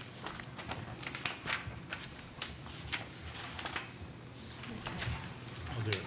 All right, Mayor Yu, I would propose a motion that we approve the, where do my notes? We approve the design direction allowing, let's see, I'll just refer to it as the ones we have in here. We approve design direction as indicated on attachment D, I believe, for a new public parking lot at the northeast corner of Workman Avenue and Temple City Boulevard. And there was another, what was the No, I other? think you want, is what you guys want is attachment C, right? Correct. I thought That attachment is- C and D were the same. No, Oh, I'm no, sorry, D that's the is the driveway. one with Yeah, yeah, I the stand driveway. corrected. You You're want the right. one You're right, without the yeah. Yeah, driveway. attachment C, I'm sorry. Right. You're right, thank you for that. Yes. Yeah, attachment C. And what was the other one, Brian, that you said we needed to decide tonight? The design on the, Yeah, we had the would design and we had the parking. And So that those are would, both. that would capture the, Okay. that would capture both Right, though. so that's Okay, my do motion. we have a second? Second. It's moving, second, Madam Clerk, roll call, please. Councilmember Chavez? Yes. Councilmember Fish? Yes. Councilmember Mann? Yes. Mayor Pro Tem Sternquist? Yes. Mayor Yu? No, for the reason of the driveway, so. All right, thank you. So we have provided direction. Yes, sir. So, next step will be to finish the design and bring it back for the council to approve and. For bid. Bids, to go out to bid. And we'll work as expeditiously as we hopefully, can. and hopefully our staff, well, our architect, would do a better job with cost estimating this time. We worked with Transtech and otherwise, and we will do our best. Okay, all right, so, moving on to the next item, communications, there is none. Any update from Mr. City Manager? Nothing at this late hour, Mr. Mayor. Mr. City Attorney, any updates?